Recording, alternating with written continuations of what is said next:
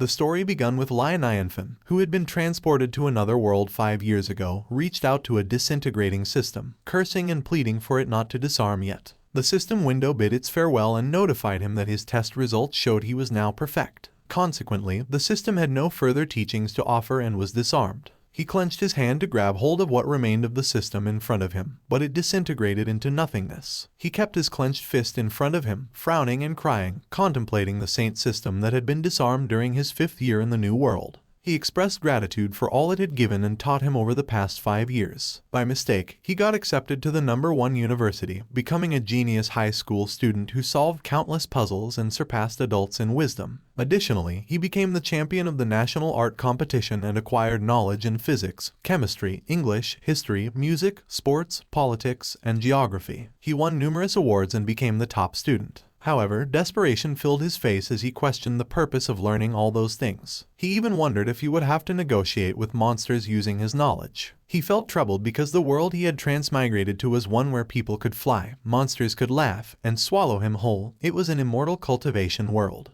Clapping his hands, he prayed in front of a shabby makeshift shrine, reminiscing about how he endured the humiliation of learning the high school curriculum for 5 years, hoping the system would guide him to cultivate immortality and soar freely into the sky as an immortal. While continuing to pray, he reflected on how he had sought out immortals to learn from them directly. However, he was deemed to have no spiritual roots, which meant he had to remain immortal for the rest of his life. Driven by the fear of death, he chose to live a self-sufficient lifestyle in a relatively hidden mountain near the city. Yet, he constantly feared being drawn into the immortals' battles and dying in vain. What he possessed was the yard that was rewarded by the system when he mastered architecture, the robot that works similarly to an AI, which was rewarded when he mastered physics, and a purebred dog he rescued from the roadside. He stood in his yard, and as tears ran down his face, he raised his hands up to his face, looked up at the sky with a forced smile, patted the head of his dog, and said that things no longer mattered. Still having the same pitiful expression on his face, he convinced himself that his fate wasn't too bad. To stay mortal and have a lifetime of peace for the rest of his life, and to have fresh air and a good view, was much better compared to the mortal realm he used to live in. The flowers bloomed, and birds flew into the sky. All the while, a princess was traveling through the forest with her servant, who was asking her to wait, but she did not notice as she was busy complaining about how bad of a father the emperor was for daring to even consider marrying her off to a disgusting douchebag, and she even declared that she wouldn't forgive him. Her servant tried her best to catch up with the princess and requested again that she slow down and wait for her, and she mentioned that she thought she heard a wild beast barking. The princess held her head high and continued to walk as she questioned her servant what she was afraid of when her ki was almost condensed and she would be able to break through to the next stage anytime. So the beast was no match for her, but her servant narrowed her eyes at her and reminded her that she had been trying to build her foundation for 3 years. She turned her head in response and told her servant that her father was just so difficult to deal with that she couldn't just hide at any desolate, uninhabited place where birds don't shit, and then she said that she wouldn't be found for a while if she went to a place like that. Suddenly, something caught the princess's attention. It was the gate of Nianfan's yard, and she was surprised that there was someone living in the forest. The servant looked up at the gate and informed the princess that it seemed like the place she had found was not deserted enough. The princess, who was also looking up, replied that it shouldn't be the case and questioned what kind of person would live in the deep old forest. Pointing at the door, the princess told her servant that she might be mistaken, but the architecture of it was not inferior to the palace. This made her suspect that a hidden expert must be living there. Consequently, she decided to enter and check it out. However, before they went inside, she reminded her servant not to address her as a princess. The servant readily agreed and complied. She knocked on the door, and quickly, Nianfan opened it and took a peek. He asked the princess who she was, and she introduced herself as Luo Shiyu, a passerby who had noticed his house in the forest. She inquired if she could come in. Nianfan had a funny expression on his face, and his heart raced as he thought that Luo Shiyu seemed to be a cultivator, as she emanated an ethereal sense of ki. He wondered if the spirit of the system in the heavens had sent him a girlfriend. Luo Shiyu mentioned that she was a little tired after walking for a long time and asked if she could go in and sit down. Cherry blossoms bloomed around her and her servant, sparkling in Nianfan's eyes, a vision of a beautiful woman and a young girl. He then moved his left foot in the opposite direction, towards the entrance. Extending his arms, he assured her that she definitely could enter and asked how many days she was planning to stay. Luo Shiyu clarified that she was not planning to stay there. She would just take a short break and then leave. This surprised Nianfan, but he managed to regain his composure. He offered them something to eat or drink, explaining that he hadn't had any guests for 5 years, so he wasn't sure what he could use to serve them well. Nianfan called for Xiao Bai and asked it to cut a watermelon to serve their guests. Luo Shiyu said that she couldn't eat the watermelon because it was just a fruit for ordinary people and there was no use for her to eat it. Meanwhile, as she inspected the yard, she felt that it was special, as if it had some kind of mysterious power to calm the soul. The AI robot, Xiao Bai, came in carrying the sliced watermelon as it welcomed the guests to their house. Luo Shiyu and her servant stared blankly at Xiao Bai for a moment, trying to process the situation. Suddenly, they jumped out of their skins in horror when they realized that Xiao Bai was a living thing. Nianfan quickly crouched and flicked Xiao Bai's forehead, reprimanding it for scaring the guests and telling it to hurry up and apologize. All the while, Luo Shiyu and her servant trembled in fear. When her servant asked her what Xiao Bai was, she told her that it was a spiritual robot. However, upon seeing its extraordinarily high spiritual intelligence, she took back her words and said that it could be an immortal robot. Looking proud, Nianfan reassured the ladies and told them not to be alarmed, as Xiao Bai was his housekeeper, and it was a robot. Xiao Bai bowed down and apologized to Luo Shiyu and her servant for startling them. But Luo Shiyu and her servant were still completely confused and terrified by the situation. Although it was complicated to explain, Nianfan tried to tell them that Xiao Bai was just an AI that was actually made using certain principles and advanced technology. He emphasized that it was not a big deal and just some small tricks, nothing special. Luo Shiyu still looked confused and terrified, and even though tears were already streaming down her cheeks, she still pumped her fist and confirmed that she understood that for Nianfan, the spiritual robot with spiritual intelligence was just some small tricks. Looking happy and clueless, Nianfan scratched the top of his head as he admired Luo Shiyu for understanding such an abstract concept in an instant.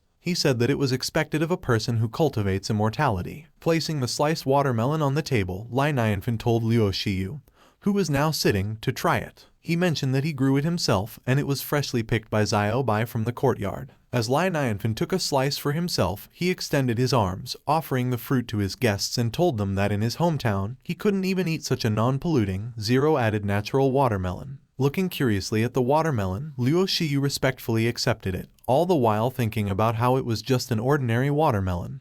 But she couldn't say no to the expert. As she took a slice from the plate, she was impressed by the beauty of the watermelon and thought that it was like a red crystal, shining with dazzling brilliance. As she took a bite, a ripple effect of water appeared underneath her feet, and blobs of water started coming out of it. As she twirled and looked at her surroundings, she didn't know what was happening, as she was surrounded by a beautiful pool of water with lilies floating in it. Something behind her caught her attention, and when she turned to look at it, she was surprised to see that her reflection had become that of a deity. A huge body of water splashed and pierced through her chest from behind as she floated midair. She closed her eyes and blushed in pleasure as she felt the surge of spiritual ki. She embraced herself as she was enveloped by the water aura and a fiery dragon. Her reaction made her servant worry, and she asked her what was wrong, which pulled her back into reality. With wide eyes and astonishment, she immediately blurted out that she had succeeded in building a foundation. She clenched her hand and raised it closer to her chest as she explained that she had waited for 3 years of suffering because she could not build her foundation due to the lack of insights. But at that moment, after eating the watermelon, which not only contained spiritual ki but also came with insights, she had successfully established the foundation. Luo Shiyu's servant was surprised, while Nianfan discreetly whispered and asked Xiao Bai if it had done something with the watermelon. Luo Shiyu quickly approached Nianfan, grabbed his hand, called him senior, and thanked him for helping her break through and establish her foundation. As Luo Shiyu looked up at him with bedazzled starry eyes, he waved both his hands in front of him in denial, reminding Luo Shiyu that he was just an ordinary man and that it was just an ordinary watermelon. Thus, her breakthrough had nothing to do with it. Then he asked her if she thought he looked that old to be called senior. Luo Shiyu backed off, and she put her hand on her chin while tears started to form at the corners of her eyes as she thought to herself that he was a senior, and wondered if she had angered the expert. She crossed her arms and looked as though she was deep in thought, and she figured out that Nianfan must be an expert who disguised himself as an ordinary man in order to experience living an ordinary life. Because she had almost revealed his identity earlier, he was now pissed at her, which made her berate herself for being careless. Luo Shiyu's eyes lit up, and she was about to call Nianfan senior again but managed to change it and call him sir as she apologized for offending him when she got a little excited. Nianfan blushed as he laughed and scratched the top of his head awkwardly. He told Luo Shiyu not to take it to heart, and he was glad that she was enjoying eating those watermelons. Luo Shiyu was startled when Nianfan suddenly remembered something and looked behind him. Nianfan called Blackie, and quickly his dog came running towards him with its tongue hanging out of its mouth. Luo Shiyu and her servant were surprised when Nianfan took a slice of watermelon and tossed it to Blackie, saying he could have it. Nianfan turned to look at them, and with his thumbs up, he told them that he didn't have anything else in his residence, but he grew a lot of fruits and vegetables, which Blackie likes to eat. Luo Shiyu looked appalled as she looked down at the dog and thought about how Nianfan just gave the watermelon to the dog when it was a fruit that contained insights, and was probably worth more than a spiritual fruit. But then she looked up at Nianfan with curiosity in her eyes as she wondered if he was trying to tell her that it was the heavenly way of heaven and earth that all living things were equal, so the dog had the right to eat the watermelon. Then she realized that he not only helped her build her foundation, but he also did not hesitate to use the treasure watermelon to teach her the heavenly law. Luo Shiyu pumped both her fists with excitement, twinkling as she blurted out and asked Nianfan if he knew her identity and wanted to befriend her. However, Nianfan just smiled and told her that he had no idea what she was talking about. Luo Shiyu suddenly took a circular jade from her pocket and told Nianfan to accept it. She explained to him that it was her appreciation for the watermelon earlier. As he extended his hand to receive her gift, he was surprised by what it was. Luo Shiyu's servant furrowed her brow and expressed extreme concern, telling Luo Shiyu that she couldn't give that item away. Flowers bloomed around her, and she twinkled as Luo Shiyu reassured her servant that it was just an ornament, expressing her gratitude for Nianfan's kindness. She then asked him if she could come there often to eat watermelon in the future. Nianfan stared intently at the jade in his hands and told Luo Shiyu that if she just wanted to eat watermelon, she was welcome anytime. He mentioned that there was no need to be too polite and that she didn't have to give him the jade. Upon hearing this, Luo Shiyu interpreted it as her being rude again, while her servant remained focused on the preciousness of the jade. A few moments passed, and the sun rose over Nianfan's roof. Luo Shiyu and her servant now stood at the gate, thanking Nianfan for his time and bidding farewell. Nianfan waved and told her that he would see them later. While Luo Shiyu walked away happily, her servant asked her why she gave her precious jade to Nianfan.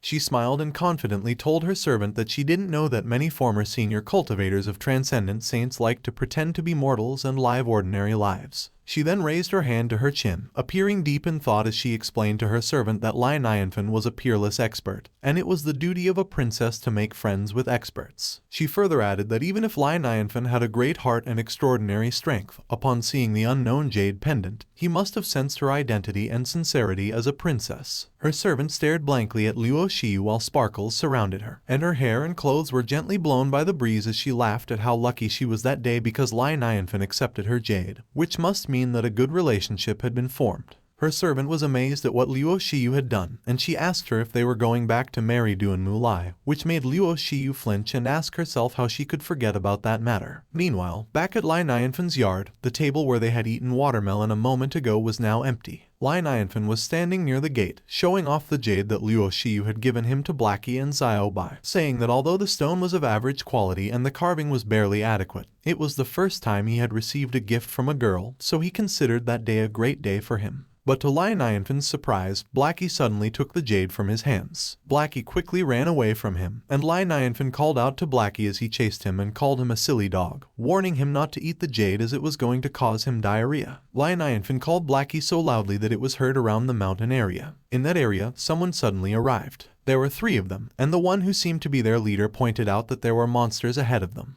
And as he stood mightily in front of the group, he confirmed with them if he was right that the monsters were close. Nianfan was fishing at the clear pond in his yard with Blackie lying on the grass by his side, and he found the activity quite relaxing. A few moments later, the sun had already set, and Nianfan was still fishing in his pond, speechless. Confusion was evident on his face as he wondered why he wasn't able to catch even a single fish. Blackie, who was still lying on the ground beside Nianfan, was startled when Nianfan looked at him, saying that he found it strange that he couldn't get any fish when he always put in lots of krill every month, and proceeded to ask him if he had eaten them all. Blackie started to sweat, and his face was filled with terror as he started to crazily shake his head when Nianfan loomed over him and told him that he remembered putting in a golden carp, but no longer saw it anywhere. Nianfan stared at Blackie intensely and doubtfully, while Blackie sweated profusely as he wagged his tail and was attentive to Nianfan. Blackie had a deadpan expression when Nianfan suddenly smiled, scratched his head, and said that he guessed he would have to go downtown to buy some krill. When morning came, Nianfan went out, and as he told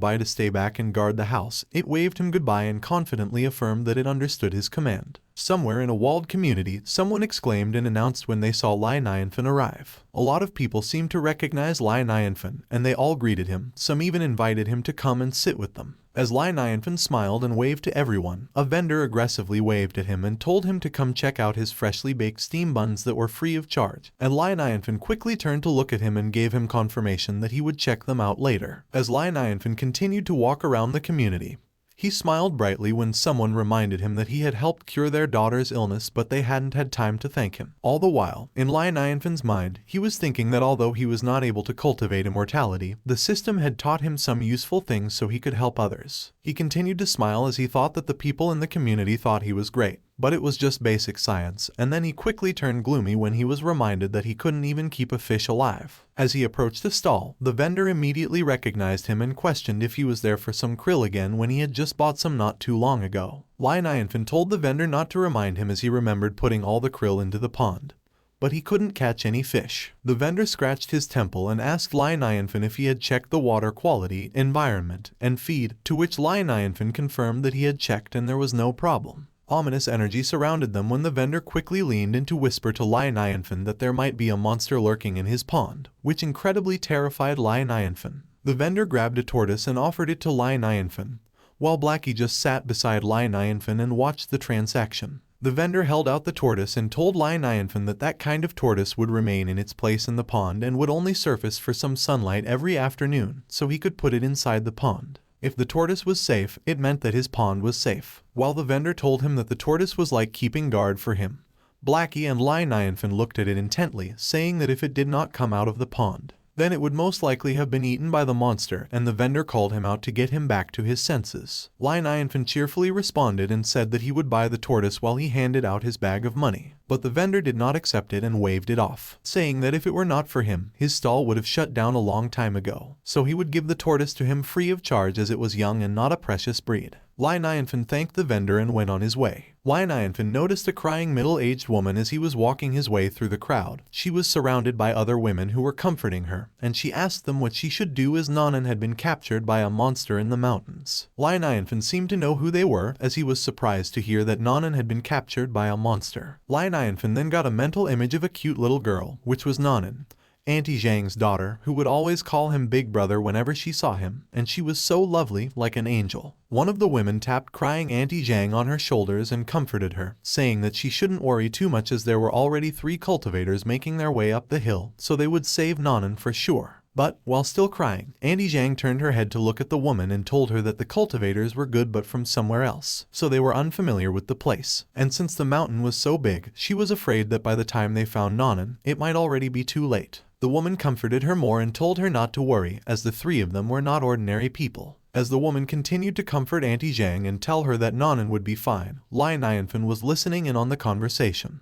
He then smiled brightly while scratching the back of his head as he joined the conversation and told them that he knew the mountains well, so he volunteered to go there and show those cultivators the way. The people were surprised. The people turned to look at Nianfan with worry written all over their faces, and Auntie Zhang was startled when he said that he would follow the trail of the cultivators when they entered the mountain, so he should be able to catch up to them. One of the men voiced everyone's concern and told Nianfan that it was dangerous to go since the monsters have evil spirits. But even though he was terrified and trembling, Nianfan gave them a thumbs up as he reassured them that he would try to be careful and, in case of danger, he would just run away. Nianfan started to walk through the forest, and although he knew very well where the monsters resided as he had walked through the forest countless times, he was still hunched over in fear as he cheered and comforted himself while Blackie walked beside him. Blackie had an annoyed look on his face as Nianfan walked behind him, completely terrified. He was holding out the jade that Luo Shiyu gave him, hoping that it would help him out when needed, since she was also a cultivator. He wondered if it would work against the monsters too. Something suddenly caught Blackie's attention, and he barked, prompting Nianfan to ask him what was up.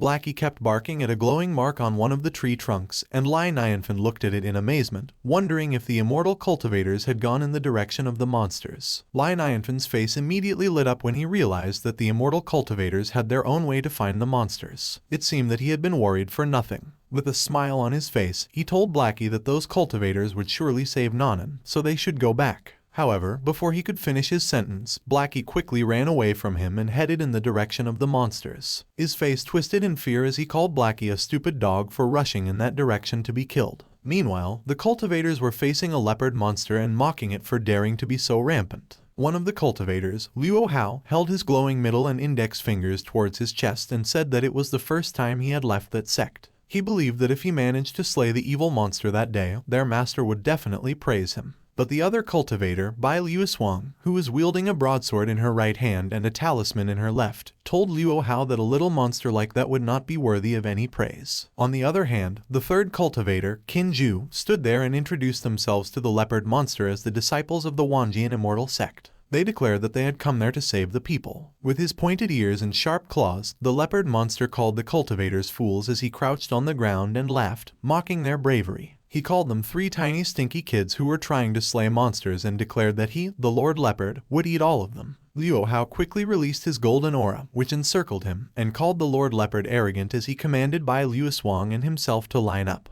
He raised his index and middle fingers, summoning his sword to rise, but the Lord Leopard was running toward them at a very fast speed, commenting that they were too slow. As the Lord Leopard continued to charge toward the cultivator, multiple swords started to twirl behind Luo Hao, and he commanded them to form up. While Luo Hao maintained the position of his left hand right in front of his chest, he extended his right hand toward the Lord Leopard and commanded his swords to go. Multiple golden swords came flying toward the direction he was pointing at. However, those swords were quickly destroyed as the Lord Leopard passed through them, repeatedly stating that they were too slow. He then mocked them for thinking that they could be heroes after only cultivating for a few years, emphasizing that he could easily kill the 3 of them with one finger, having cultivated for 200 years. Luo Hao and Qin Ju lay on the ground, and upon seeing her senior brother lying there, Bai Liusuang called out to them with worry written all over her face. Luo Hao responded and told her to hurry up and defend herself. Bai Liusuang immediately complied, shrouding herself with glowing talismans. Her brows furrowed as she could not believe that the Lord Leopard had knocked down her senior brother in one move.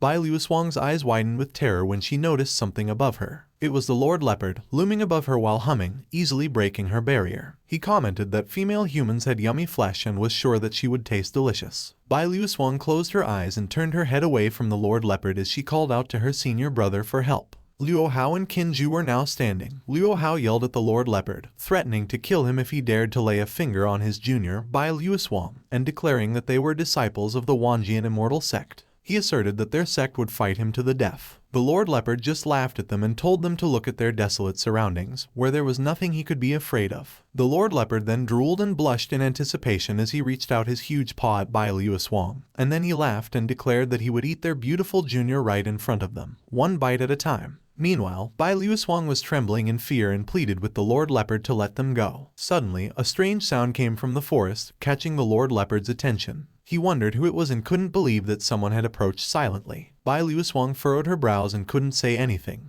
While Qin Ju was still apprehensive, wondering if someone had come to save them, Luo Hao's face had already lit up. He smiled, expecting that their master must have sensed their danger. The creature passed through the woods in a zigzag motion so quickly that it couldn't be seen. The Lord Leopard gritted his teeth as he saw the silhouette behind him, which they assumed was the master of the tree cultivators, the sect master of the Wanjian Immortal sect. But to their surprise, it was just a passing dog, Blackie, strutting towards them with his tongue out. With his head turned towards Blackie, he was a bit annoyed that he got scared for nothing. He wondered what an ordinary dog was doing there. He then told Blackie that he was in a good mood that day, so he wasn't going to eat him and asked him to get out of the way. Meanwhile, Bai Liusuang was still frozen in front of the Lord Leopard. Blackie confidently glared at the Lord Leopard and suddenly talked, threatening him to surrender before it was too late. Luo Hao and Qin Ju were both surprised that Blackie could talk so confidently. Bai Liusuang warned Blackie that the Lord Leopard was very powerful, so he should run. Meanwhile, the Lord Leopard looked at Blackie with a deadpan face and was speechless. The Lord Leopard then grinned when he realized that Blackie was a little monster dog.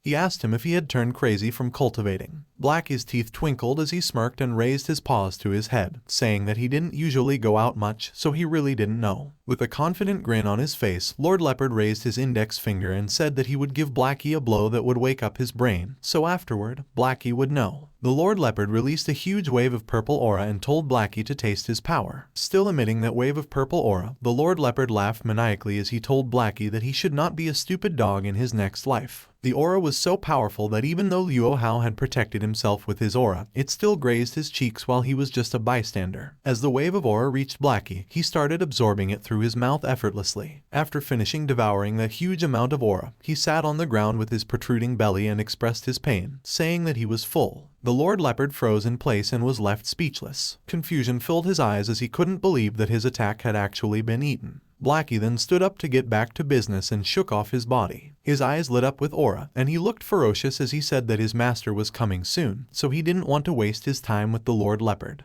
As Blackie continued to release his aura, the sky suddenly turned black as clouds gathered and lightning struck, which terrified the Lord Leopard, who couldn't understand what was happening. Shrouding himself in aura, Blackie raised his right paw and told the Lord Leopard that he had done something he didn't like, so he must be punished. The Lord Leopard was greatly astonished as a gigantic paw made of aura towered over him like a huge building. His body shivered, and terror was evident on his face as he saw the gigantic dog paw above him. Still emitting and shrouding himself in aura, Blackie extended his paw forward. He jumped into the air as he swung his right paw, followed by the gigantic dog paw, as he told the Lord Leopard to die. The Lord Leopard was on all fours, his hair raised in terror, and tears were dripping down his eyes as he begged Blackie to forgive him and let him go, as he was just a small monster leopard. Blackie just glared at him and told him that it was too late. The gigantic dog paw slammed into the ground where the Lord Leopard was. As the gigantic dog paw dissipated, a huge dent on the ground remained with a silhouette in its center. It was the squished and bloody body of the Lord Leopard.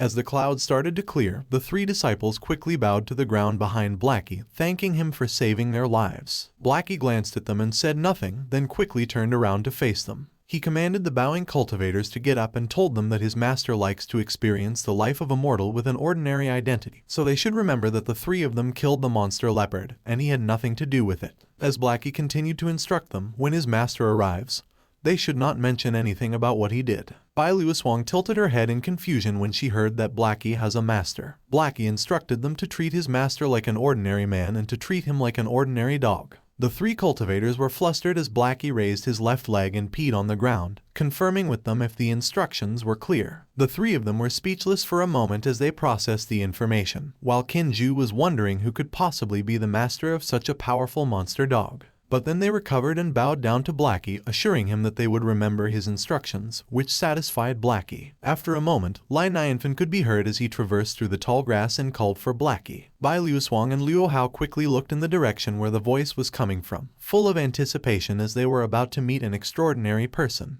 Nianfan looked pale. He was sweating and out of breath as he approached the group, reprimanding Blackie for not listening to him when he called out and for running so fast, which made him exhausted after chasing. Kinju, Luo Hao, and Bai Luoswang were all expectant and excited to see the extraordinary expert who was living the life of a mortal. On the other hand, Nianfan did not notice them. He was so mad that he yelled at Blackie, asking if he did not hear him when he told him to stop, and slapped him at the same time. Blackie did not dodge or fight back, he just took the slap, and his head jerked back in response to the impact, with his drool flying in the air. Blackie bent over and started licking Nianfan's feet. But Nianfan was still so fuming mad that he just crossed his arms and sarcastically acknowledged that Blackie just knew how to lick at that moment. Luo Hao was frozen in fear, and sweat ran down his face as he asked himself what kind of high-level expert Nianfan was, to be able to treat an immortal dog just like an ordinary beast. Bai Luoswang was startled as well. Her face turned pale as she told Luo Hao that even their master may not be able to catch the Lord Dog's paw, which covered the sky. However, Kinju disagreed with her and told her that she was underestimating their master. With a serious look on his face, Kinju said that their master was the sect master of Wanjian Immortal sect, so he would surely be able to take the dog paw. However, he would need to rest for a couple of months to recover from the injury. Luo Hao did not pay them any mind as he was intently looking at Nianfan, and he placed his hand under his chin as he thought that something was not right because there was no spiritual power fluctuation in Nianfan. As Nianfan squished Blackie's face and played with it, Luo Hao thought that no matter how he looked at Nianfan, he definitely was immortal. Nianfan turned to look at them when he finally noticed the three cultivators, and Blackie turned to look at them too. Blushing and full of excitement, Nianfan shook Luo Hao's hand and apologized, asking if his stupid dog troubled him. He also proceeded to thank them, the three heroes, for slaying the monster and saving Nanan that day, as they all brought peace to the fallen town. Luo Hao's brows furrowed, and his face twisted in confusion as he tried to analyze Nianfan's name. As Lai Nianfan continued to shake Luo Hao's hand and scratch the back of his head awkwardly, Luo Hao came to the realization that Nianfan stood for the nostalgic feeling of one's mortal life. He was amazed at how meaningful his name was, acknowledging his worth of being an expert. He felt enlightened and was no longer surprised that Lai Nianfan concealed himself as an ordinary man. Then suddenly, Luo Hao grabbed Qin Zhu's head and forced him to bow, which surprised him. Luo Hao bowed at Lai Nianfan and said that it was a pleasure meeting him. Bai Luoshuang, on the other hand, closed her eyes and bowed gracefully at Lai Nianfan as he introduced her seniors. She then looked up at Lai Nianfan and introduced herself as Bai Luoshuang, the daughter of the sect master of the Wanjian Immortal sect, and said that it was fate that she met him that day. But to Bai Luoshuang's dismay, Lai Nianfan ignored her charm as he walked past her and started to inspect the flattened Lord Leopard on the ground. He asked for permission to take a closer look. The three of them were confused when Lai Nianfan pointed at the Lord Leopard and told them that in his previous life, it was a protected animal. Suddenly, something caught Lai Nianfan's attention. It was a golden bead, and he asked the cultivators what it was. The three cultivators approached him, and with a smile on his face, Luo Hao, who had a full score in the Wanjian Immortal Sect Theory test, explained that it was the monster leopard's demon dan. For a powerful monster like that, its demon dan was very valuable. If used to enhance cultivation, it could raise at least 3 levels of the realm. As the demon dan floated in front of Lai Nianfan, his eyes twinkled with awe. He had only seen it in a TV series in his previous life. Then he said that the original one looked so precious. Lai Nianfan then turned towards Bai Luoshuang. She was startled when he grabbed her hand and placed the demon dan in her hand, saying that she should keep it well and not let it float around like that. Bai Luoshuang's face lit up when she realized that Lai Nianfan had given the demon dan to her. But Luo Hao chimed in and told Lai Nianfan that the monster leopard's defeat was pure luck, so they did not dare ask for it. This left Lai Nianfan confused. With a firm look on his face, Lai Nianfan told them that the demon dan was naturally theirs since they had all defeated the monster leopard.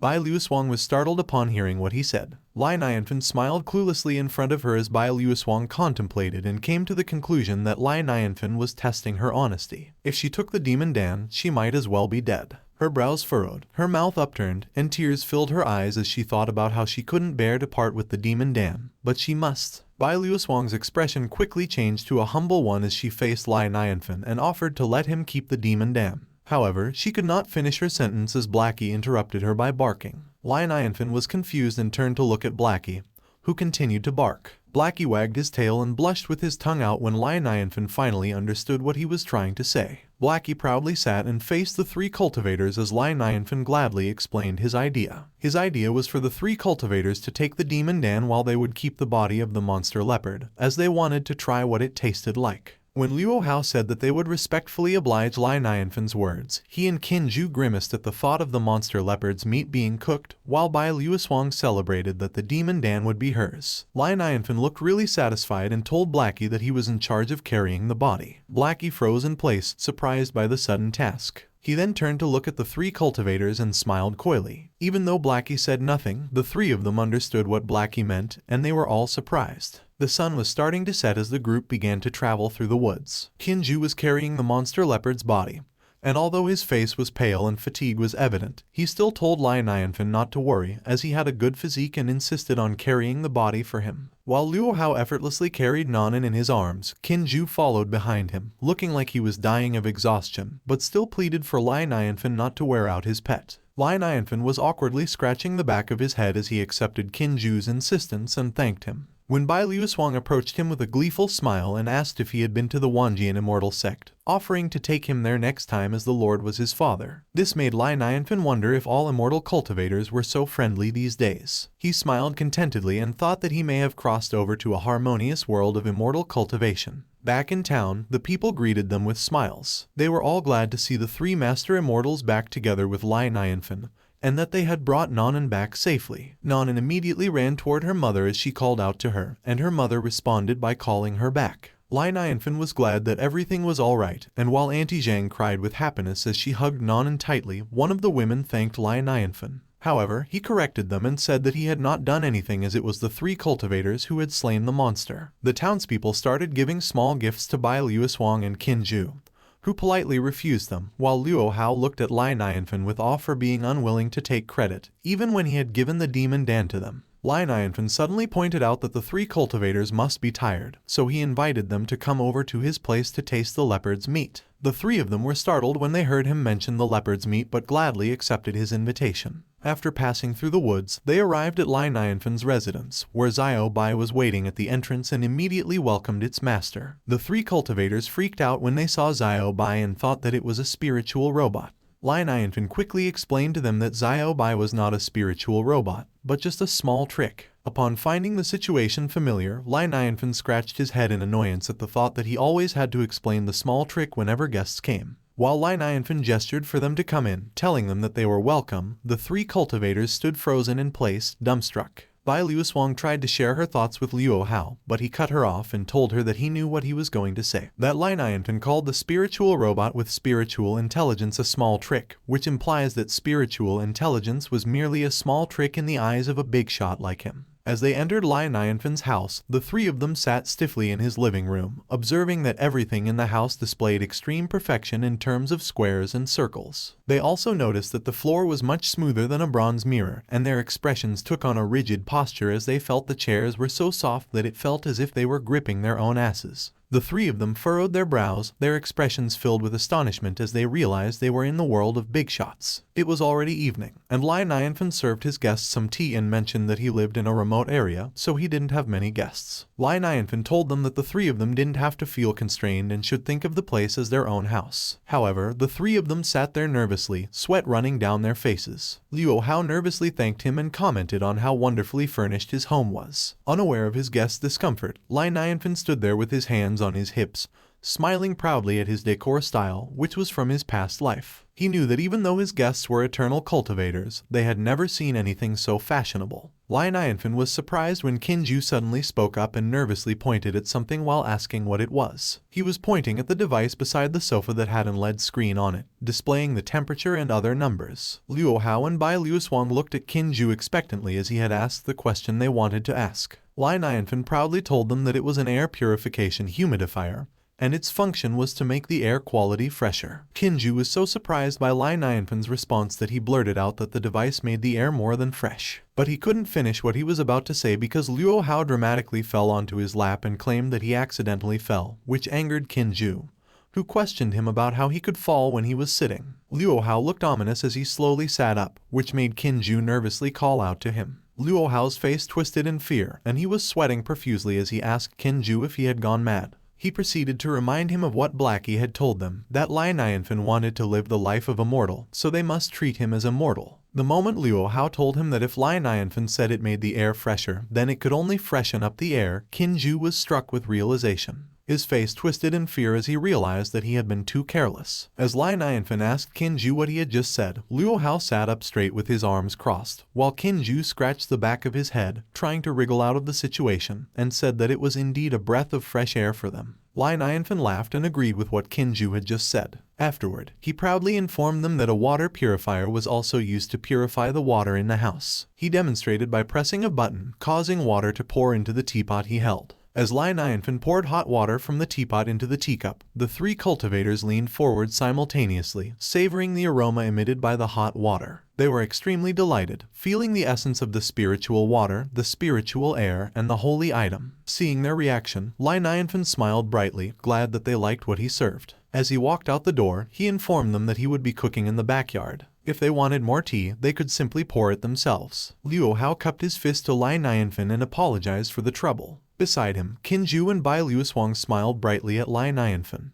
They maintained the same facial expressions until they heard the door close. Their faces immediately turned grim. Kinju reflected on his earlier carelessness, and Luo Hao told him that he appeared to have a terrific character. Bai Luoshuang reminded him to be careful, stating that she wouldn't defend him if he provoked Nianfan. Luo Hao closed his eyes and lectured Kinju, emphasizing that making friends with Nianfan would be their greatest blessing in life. He warned Kinju not to offend him under any circumstances. Bai Luoshuang closed her eyes and crossed her arms beside Luo Hao, silently agreeing. They were unaware that Kinju had already stood up from his seat. As Kinju stood near the water purifier, he raised the scroll, leaving Luo Hao astonished. Luo Hao asked Kinju if he had been listening and told him not to touch Nianfan's things without permission. Kinju appeared unfazed and told Luo Hao not to be angry. He reassured him that since he had given him an order, he would not act recklessly. Referring to the trash bin in front of him, Kinju stated that the scroll had been discarded there, making it seem like trash. Despite Kinju's reassurance, Luo Hao still looked nervous as he reached out to him and told him that he must still be careful, but Kinju paid his warnings no mind and asked if they should open the scroll up and have a look. Luo Hao was alarmed at Kinju's suggestion. He asked him how he could think like that and reprimanded him, asking if it was something a cultivator would do. Someone's hands were trembling as they opened up the scroll while someone was telling them to be careful. It was Luo Hao who was nervously opening the scroll with his sleeves rolled up and tied around his armpits. And while Bai Luoswang was trembling in anticipation beside him, Kinju was on his other side, and he seemed to be unfazed and was focused on the scroll. Luo Hao's eyes widened in surprise as he felt something strange. Suddenly, the scenery changed, and there was a person traversing through the river between huge mountains with a boat. The person noticed something, and they quickly drew their sword out. They jumped off their boat and lunged to attack the person standing by the riverbank. The person stepped on water to give themselves another driving force. The person standing on the riverbank was Luo Hao, and his eyes widened in surprise when the person pierced his torso and landed beside him so quickly that he did not have any time to react. As the leaves floated around him, his eyes still widened in surprise as he realized that it was the realm of the swordsman that was contained in the painting that they opened. As he suddenly blacked out and turned speechless, his companions called out to him multiple times. Finally, he has woken back up to reality as his companions continue to call out to him. Bai Luoswang quickly approached him with concern written in her eyes, asking what happened to him and if he was lost in thought, to which Luo Hao told her that he was fine. All the while, Kinju trembled behind them, reminding them to be careful not to break the painting. With the aura of the scenery still wafting out of the painting, Luo Hao told them that in just one glance, he was brought into the painting that was filled with loneliness, coldness, and fear. Bai Luoswang glanced at the painting, and the aura of the scenery shrouded her as well while she explained that she felt the realm of the swordsman in the painting, the swordsman who was in a suit and was on his way to a duel. He realized that she was on the shore, and with a single strike, he pierced her. Meanwhile, Kinju scratched his head in confusion and asked the two of them what they were talking about.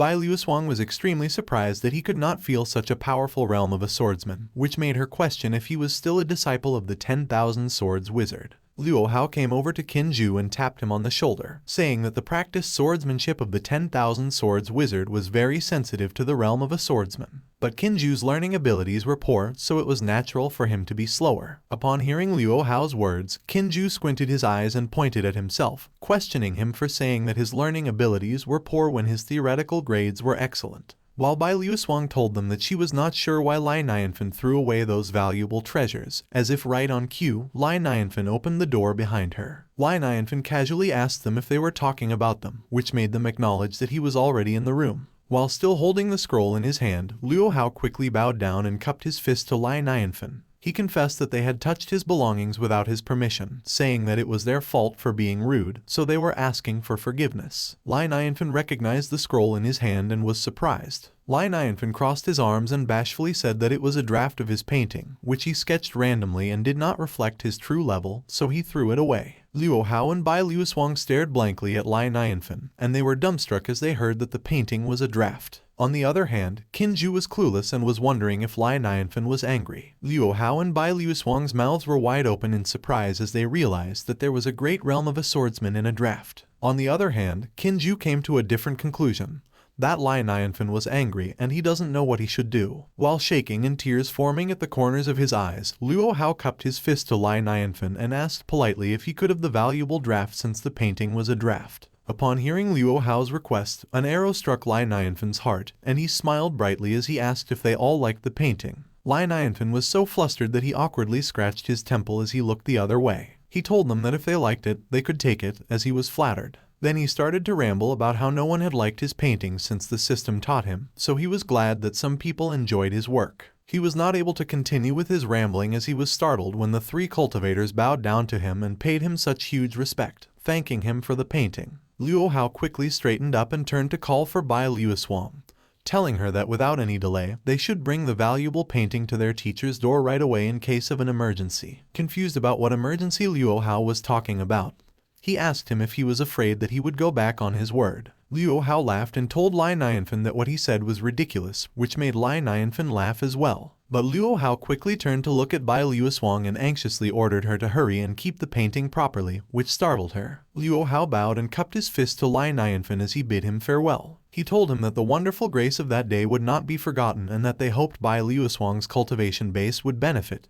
and improve more from that day's experience. He also told him that the next time, they would be the hosts and would invite Lai Nianfan to an apology ceremony. As the three cultivators flew into the skies riding their swords, Lai Nianfan stood in his yard, speechless as he looked up at them. Lai Nianfan wondered if that was what a cultivator was because they had rescued Nanan without expecting retaliation, and merely wanted a drafted painting. Lai Nianfan smiled as he patted both Xiao Bai and Blackie with both hands and said that he was clearly inferior compared to their attitude, so he was no longer surprised that the system said he didn't have the talent to cultivate as an immortal. Then he asked Blackie for validation of his statement. Blackie looked up at him with confusion in his eyes but did not say anything. As the night continued to unfold, the moon cast a gentle glow over the landscape, and the birds traversed through the mountain with the waft of Lai Nianfan's cooking traveling with them. Lai Nianfan mentioned that he really wanted to be a hero to help the world, and in response, Blackie barked. On the other hand, someone was ascending a set of stairs and asked Luo Shiyu if she was sure that she wasn't dreaming.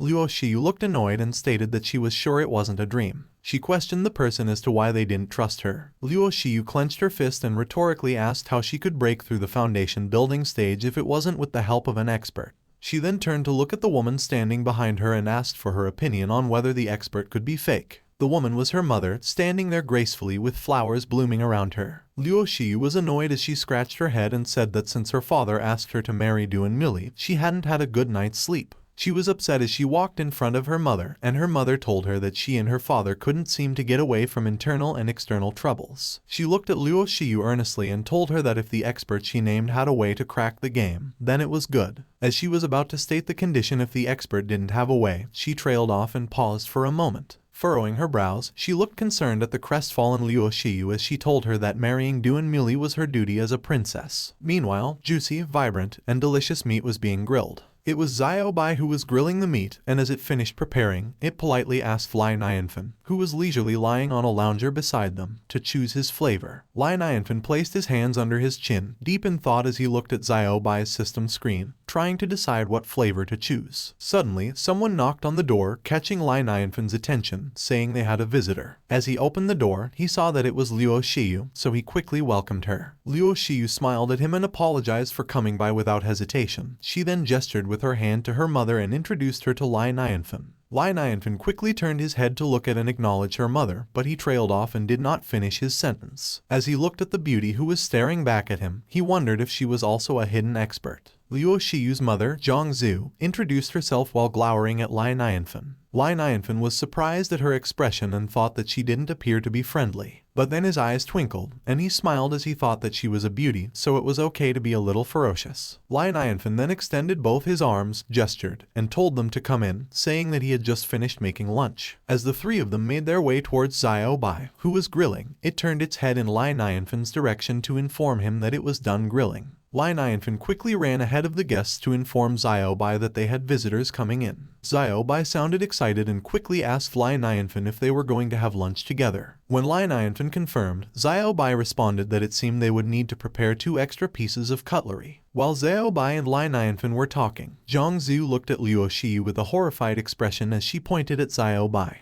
Luo Shiyu nonchalantly waved her hands and, while looking sideways, told Zhongzhu that those were simply gadgets found in the houses of experts. She explained that Zhongzhu was making a big deal out of nothing because she had never seen them before. Zhongzhu was speechless when she saw Xiao Bai approach Luo Shiyu, bow to her, and tell her that it was a pleasure to meet her again. Luo Shiyu snickered and told Xiao Bai that it was very interesting. Zhongzhu was so surprised that it seemed like life was drained from her face. She wondered what kind of tool Xiao Bai was, as it couldn't only cook but also tease girls. In comparison, the treasure of the dynasty's Zhenchao seemed like total trash. Zhongzhu then managed to calm down as she smiled and tucked her hair behind her ears. She sat down near the grilled meat with Luo Shiyu, thinking that there still seemed to be a need to take Lai Nianfan seriously. Luo Shiyu leaned over and grabbed the grilled meat by its stick, asking Lai Nianfan if it was really delicious. Zhongzhu quickly turned towards Luo Shiyu, her face looking scary, and told her not to be rude to Lai Nianfan. Luo Shiyu was startled and pointed out how quickly Zhongzhu's expression changed. Both of them stopped what they were doing when Xiao Bai caught their attention and told them that they were pretty, but they shouldn't use that as a reason to judge his cooking.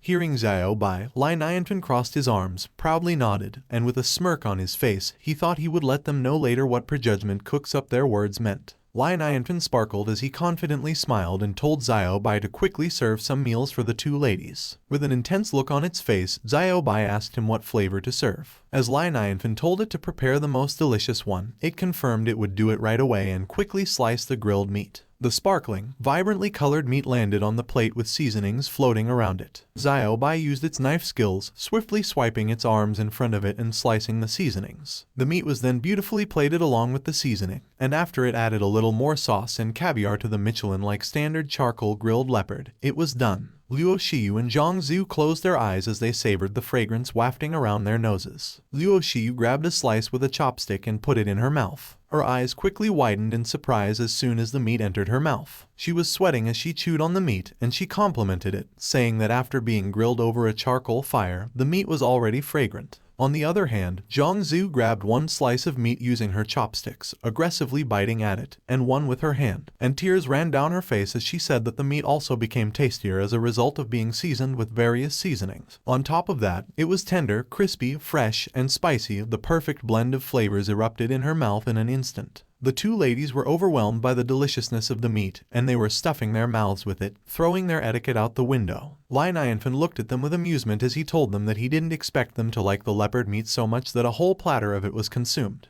Holding a beautifully plated slice of meat in his hand, Nianfan told them that it was the last piece of meat that he was supposed to keep for dinner, and then he offered them the plate and asked if either of them wanted it. Zhang Zhu and Luo Shiyu quickly glared at each other as if they were in a duel. As they fought over who would be the first to grab the grilled meat, the scenery changed, and both of them were naked with just a few fabrics on their bodies, surrounded by blooming flowers as they extended their arms and reached out to grab the flying grilled meat. The scenery returned to normal, and Zhang Zhu put the meat in her mouth using her hands, chewing it loudly, while Luo Shiyu trembled with anger in front of her, protesting that it was obvious that she was the one who noticed it first. Nianfan suddenly interrupted them and asked about the purpose of their sudden appearance at his house that day. While Luo Shiyu was still grieving over the last meat, Zhang Zhu had already regained her composure. As she realized that she was so preoccupied with the meal that she had almost forgotten about their real business, she requested that Luo Shiyu tell Nianfan their true identity. Upon hearing Zhang Zhu's words, Luo Shiyu came back to her senses, remembering what they had come for. She quickly bowed to her mother, confirming that she understood. With a serious face, Luo Shiyu sat properly and faced Nianfan. With complete honesty, she told him that she was the eldest princess of the Qianlong Xian dynasty and she would like to make a special request, which was the purpose of their unexpected visit.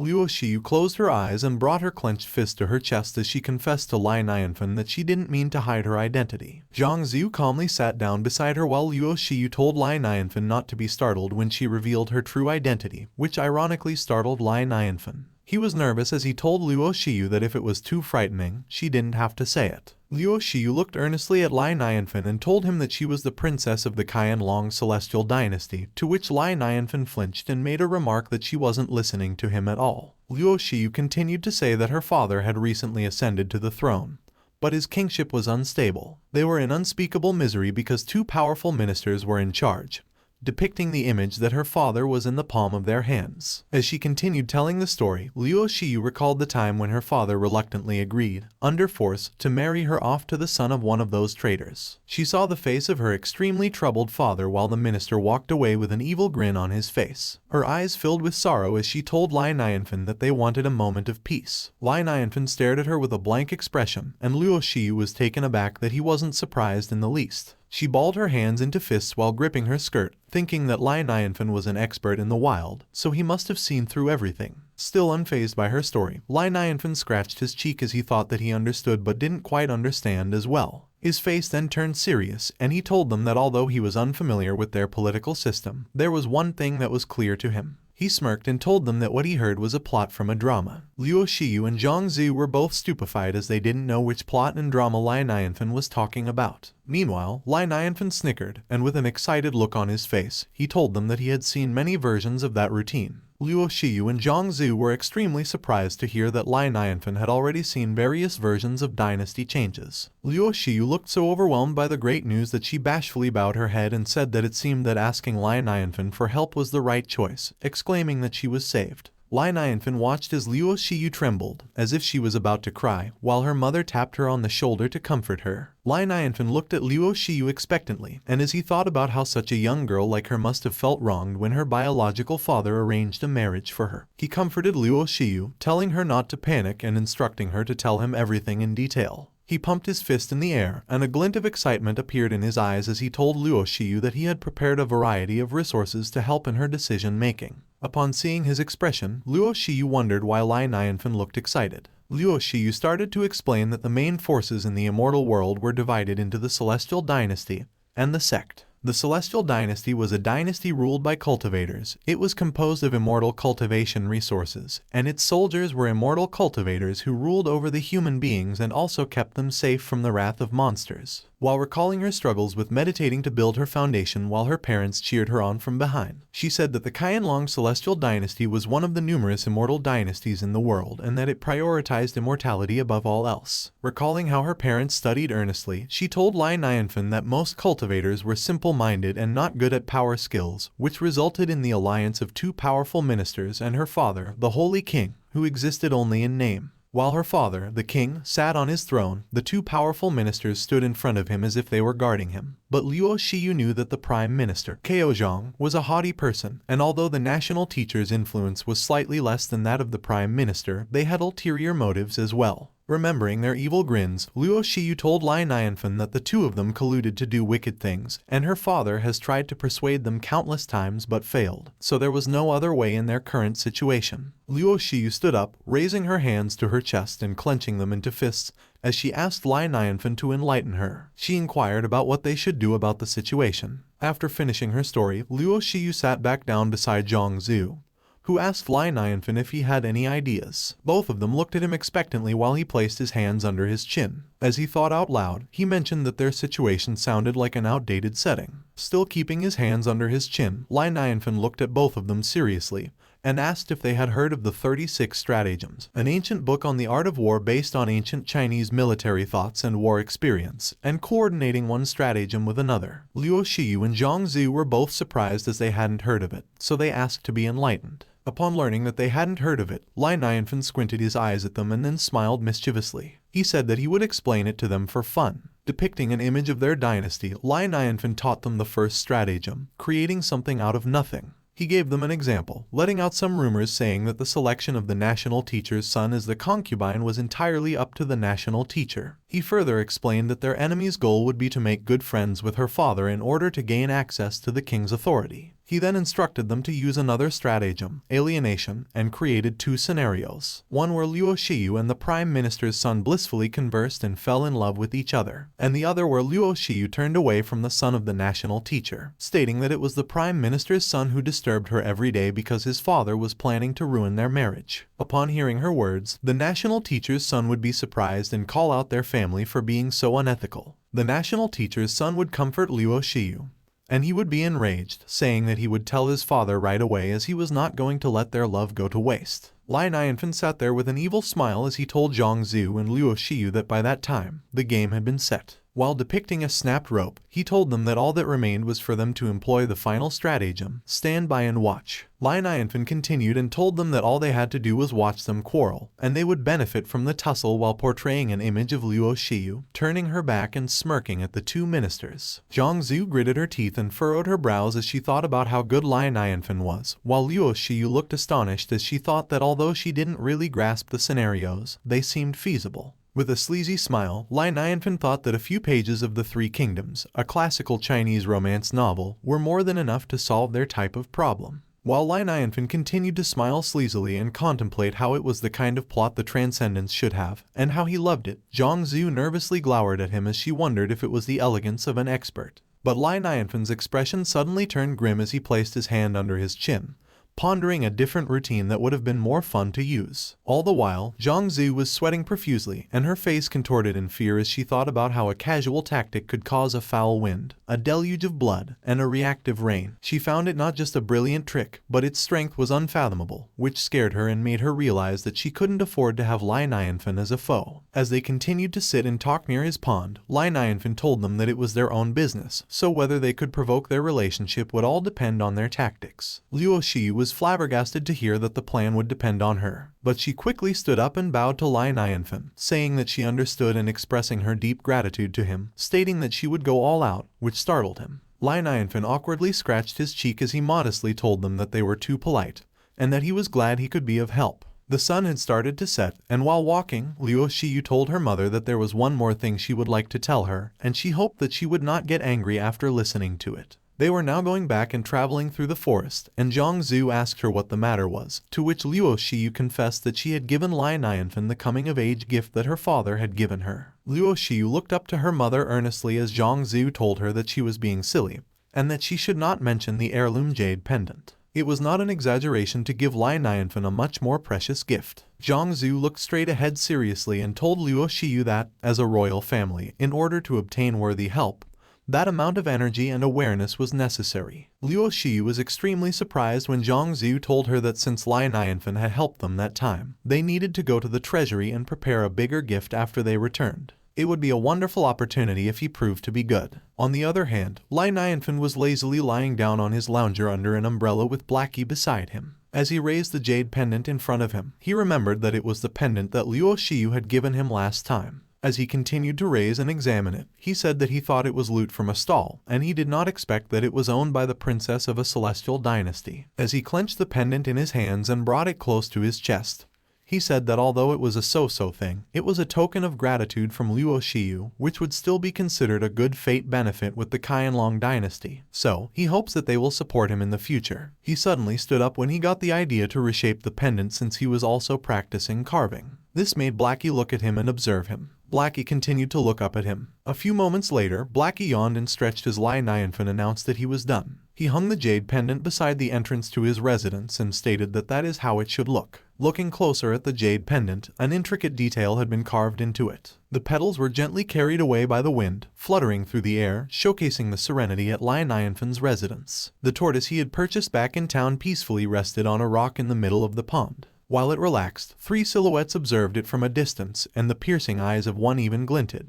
It was Nianfan, his face twisted in anxiousness and anticipation as he observed the tortoise, unaware that he was grabbing the bush in front of him. Nianfan trembled as he continued to observe the tortoise from afar, while Bai and Blackie observed behind him, both speechless. Suddenly, tears welled up in Nianfan's eyes. He snarled at them and stated that it was normal for him to be scared of monsters, as he was not a cultivator. Therefore, there was nothing wrong with what he was doing. Both Bai and Blackie had a deadpan expression, realizing they hadn't said anything. Still observing the tortoise, Nianfan mentioned that it had remained in the pond for several days, causing him to rejoice as it was safe to assume that there were no monsters in the pool. Feeling relieved, Nianfan exclaimed that it was great. Blackie and Bai glanced at each other skeptically as he walked away, scratching his head and expressing uncertainty about where to move. As Bai and Blackie continued to stare at Nianfan, who was walking away, the turtle in the pool started to become surrounded by strings of golden aura. Meanwhile, at the double sword peak of the 10,000 Sword sect, someone explained that there were two groups of cultivators in their world. The first was the Celestial Dynasty, and the second was the sect to which the 10,000 Sword sect belonged.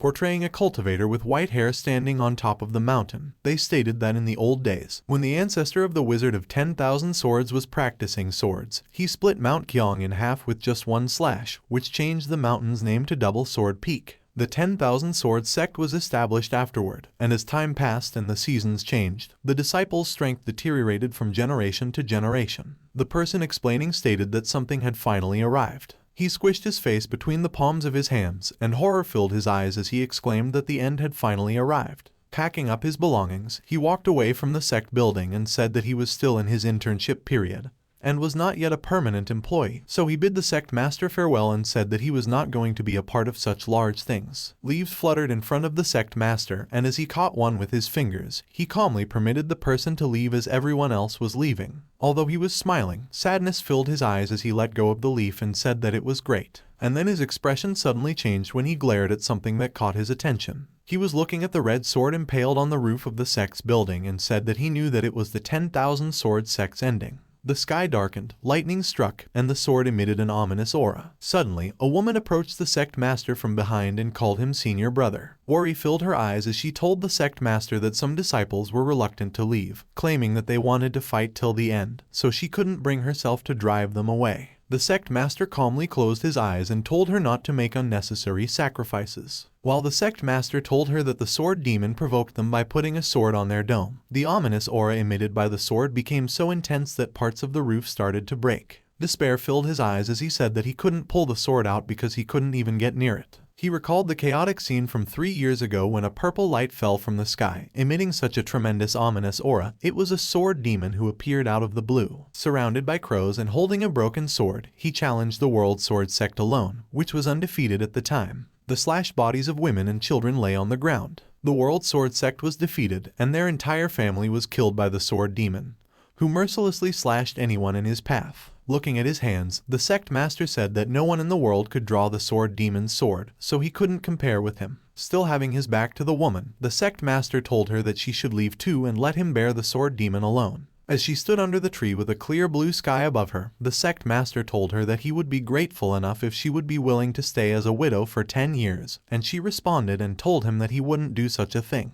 Suddenly, Bai Liuswang called her father and announced her arrival with Luo Hao and Qin Zhu. Recalling the scene that she saw, she told her father that she noticed their fellow disciple escaping on their way back, so she knew that something must have happened. Bai Liuswang was about to say something, but she was surprised and unable to finish her sentence. Her father attacked them with huge golden slashes of aura, which they managed to dodge by sidestepping. Confusion filled her eyes as she asked her father what he was doing. Anger filled his eyes as he told them that they shouldn't have come back. He closed his eyes and yelled with all his might, telling them to leave. He was trembling as he raised his finger, which was emitting an aura on its tips, and with a gloomy expression, he told them that if they didn't leave, he would make them leave. Bai Liuswang called out to her father with her eyes filled with concern, and on the other hand, Luo Hao was trying to convince the sect master to listen to him. While Bai Liuswang was carrying the scroll beside him, Luo Hao told the sect master that God must have blessed them as they got a treasure on their trip, which might help them get through their current situation. The sect master was surprised when he heard about the treasure, and Luo Hao quickly gestured at the scroll that Bai Liuswang had, saying that the painting was the treasure. Luo Hao placed his hand under his chin as he recalled Nianfan feeding Blackie and told his master that they met an expert on their trip who raised a dog that could kill a big demon in one move. Recalling the devices in Lin Nianfan's house, Luo Hao said that there was a square box that continuously emitted spiritual energy and that his daily drinking water and tea used spiritual energy. With Luo Hao and Qin Zhu behind her, Bai Liuswang extended her arms and offered the scroll she was holding to her father. Terror filled his eyes as the sect master pointed at the scroll and asked them if they had been cheated by the door-to-door salesman. His veins popped out as he reprimanded them for being still too young and believing bullshit from unknown people. But Bai Liuswang tried to convince him that what she was holding was a treasure, and she even told him to have a look. But her father did not listen to her and grabbed the scroll out of her hands. The three of them were startled as the sect master threw the scroll in the air, lecturing them for thinking that a broken painting could turn the tide when a disaster was just around the corner. The sect master drew out his sword and emitted an aura from his fingertips, telling them that as their master, he would give them the final lesson to keep them awake. As the scroll fell down, it started to unravel itself, and the sect master lunged at it with his sword to destroy it. Luo Hao and Bai Liuswang tried to stop him, but his aura was so strong that all they could do was scream their protest. The sect master continued to attack when suddenly, a finger stopped his sword effortlessly by touching the tip of it. The man was wearing a hat, and he seemed to be the swordsman from the painting who had come out of it. The swordsman just stood there and said nothing. The sect master was so surprised at his appearance that he asked him who he was, which made the swordsman open his mouth, but no sound came out. Suddenly, a huge amount of aura surged from the double sword peak mountain and pierced the sky. The ground shook, and the disciples who were running away almost stumbled on the ground, not knowing what was going on. One of the disciples' faces was filled with horror as he thought that the sword demon could have arrived a day earlier, but his fear turned to confusion when the other disciple told him that he was wrong. Looking back at the double sword peak mountain, the other disciple told him that it was not the sword demon, it was their master who had a breakthrough. Someone mentioned that the cultivation realm from low to high is divided into Kai practicing, building base, savor, yin yang, ob, out-of-body experience, distraction, merging, God's test, and Mahayana, and once they reached the realm of yin yang, they could hardly call themselves a strong person. It was Luo Hao, and while he remarked that their master only gave the painting a quick glance and he was able to advance from yin yang to ob, Bai Luoswang worried about her father. Meanwhile, their master looked at peace as he cultivated and released a small amount of his aura at the tip of his fingers. He released his powerful aura that surged through the area and created a strong gust of wind. Qinju noted that thank goodness their master's strength increased drastically and that even if they had to confront the sword demon the next day, they should be able to prevail, while Luo Hao remained speechless. Their master seemed to be deep in thought, and suddenly he noticed something. A roof was destroyed when a red sword plunged into it, and as something quickly moved away from that roof, Bai Luoswang saw it and asked if it was the sword demon. Bai Luoswang was right that it was the sword demon, and as he showed himself, he inquired if it was a sudden breakthrough and added that it was his first time seeing it. As the sword demon looked down on them with a menacing smile on his face and commented that it was interesting, Bai Luoswang grew worried, and she couldn't believe that it was the sword demon. The sword demon suddenly released his powerful aura and called the master of the 10,000 sword sect, Bai Wuchen. He asked to confirm if he was Bai Wuchen and remarked that he would keep that in mind. Luo Hao was astonished when he realized that it was the sword demon, while Bai Luoswang asked the sword demon why he was there when they agreed to fight the next day. When he heard Bai Luoswang's question, the sword demon nonchalantly explained that it was because he saw someone break through, so he was curious and couldn't help but come earlier. He observed that the curiosity of a kid is strong, as his real age is 3 years old, and since he had come, he and Bai Wuchen should begin the fight earlier. Bai Wuchen was alarmed when he heard what the sword demon stated, but his expression didn't show it. The sword demon smiled sinisterly, and he noted that he could see Bai Wuchen was well prepared. Bai Wuchen grew worried, and he remained speechless as he looked up at the sword demon. As the sword demon demanded that Bai Wuchen should prepare to die, Bai Wuchen's wife asked him if there was a chance of winning, while Qinju and the other disciples worried about him. Bai Wuchen did not answer the question and simply wielded his sword, which made Bai Luoswang worry, so she called him, and in response, Bai Wuchen responded that he would drag the sword demon, so all of them should leave immediately. Bai Luoswang and her mother were surprised, and she tried to stop Bai Wuchen as she called out to him, but he had already charged towards the sword demon, and the sword demon did the same, and with a crazy look in his eyes, he exclaimed that he and Bai Wuchen should have a real fight. The sword demon suddenly appeared in front of Bai Wuchen and asked him if it was his speed limit. He swung his sword, and Bai Wuchen managed to dodge it. But Bai Wuchen was surprised when the sword demon started to disappear, and he inquired if it was an illusion. Suddenly, the real sword demon appeared behind Bai Wuchen, and Bai Wuchen was astonished. Bai Wuchen blocked the sword demon's attack using his sword. The sword demon mocked Bai Wuchen and commented that he had great arm strength, and that he was curious how long he could withstand it. The two of them exchanged multiple blows until one of them crashed into the ground. The sword demon hovered over the ground where the crash happened, and his sword was filled with blood. It was Bai Wuchen who crashed, and he was lying on the ground in his own pool of blood. The sword demon was disappointed, and as he questioned if that was it for the breakthrough, he mentioned that he was excited for nothing. Bai Luoswang was worried for her father, and while Luo Hao pointed out that the power gap was too big and that even if Bai Wuchen broke through to Ob, he was powerless against the sword demon's 10 tricks. The sword demon boasted that it was awesome that his sword domain was truly invincible because the 10,000 sword sect was a powerful name, but it merely turned out to be so-so. While the sword demon was celebrating in the air and proclaimed that he was too awesome, Bai Wuchen's wife grieved for him, and Bai Wuchen lamented that it was a pity because if the sword demon had given him 2 more days to comprehend the picture scroll, he would have been able to protect the 10,000 swords immortal sect. Bai Wuchen added that all he could do at the moment was ask his wife to die along with him, and it was such a pity because he just needed a little more, and the sword demon grew curious when he heard what Bai Wuchen mentioned. The sword demon pushed Bai Wuchen's wife away while he grabbed Bai Wuchen by the collar, and as he mocked that the old man shouldn't just die yet, he asked him how he claimed that it was just a little more when he code him in seconds and if he didn't count it. Bai Wuchen coughed, and he pointed out that although the sword demon's sword awareness was strong, compared with the painter of the painting, it was just like a speck of dust. The sword demon grew curious about the painting, and as he grabbed it, he quickly turned around to look at it, and he remained speechless. He slammed the painting on the ground in a fit of rage, and he yelled that it was fake. The sword demon destroyed the painting by plunging his sword into it multiple times. He was in tears, and he claimed that it must be fake because there was no way anyone in the world could draw such sword awareness. The sword demon was crestfallen, and it seemed like there was a huge weight on his head. His expression suddenly turned dark, and as he released his menacing aura, he demanded that they bring him to see that person. The sword demon grew sinister as he declared that he wanted to kill that person. Kinju stepped forward and offered to bring the sword demon, but Luo Hao stopped him and refused, stating it was the doom of the 10,000 Swords Immortal sect, so he couldn't get Lai Nianfan involved. But suddenly, someone offered to bring the sword demon to Lai Nianfan, and the sword demon was amused. It was Bai Luoswang, and she proposed that the sword demon had to promise her to spare all of the sect's disciples and her father and mother in return.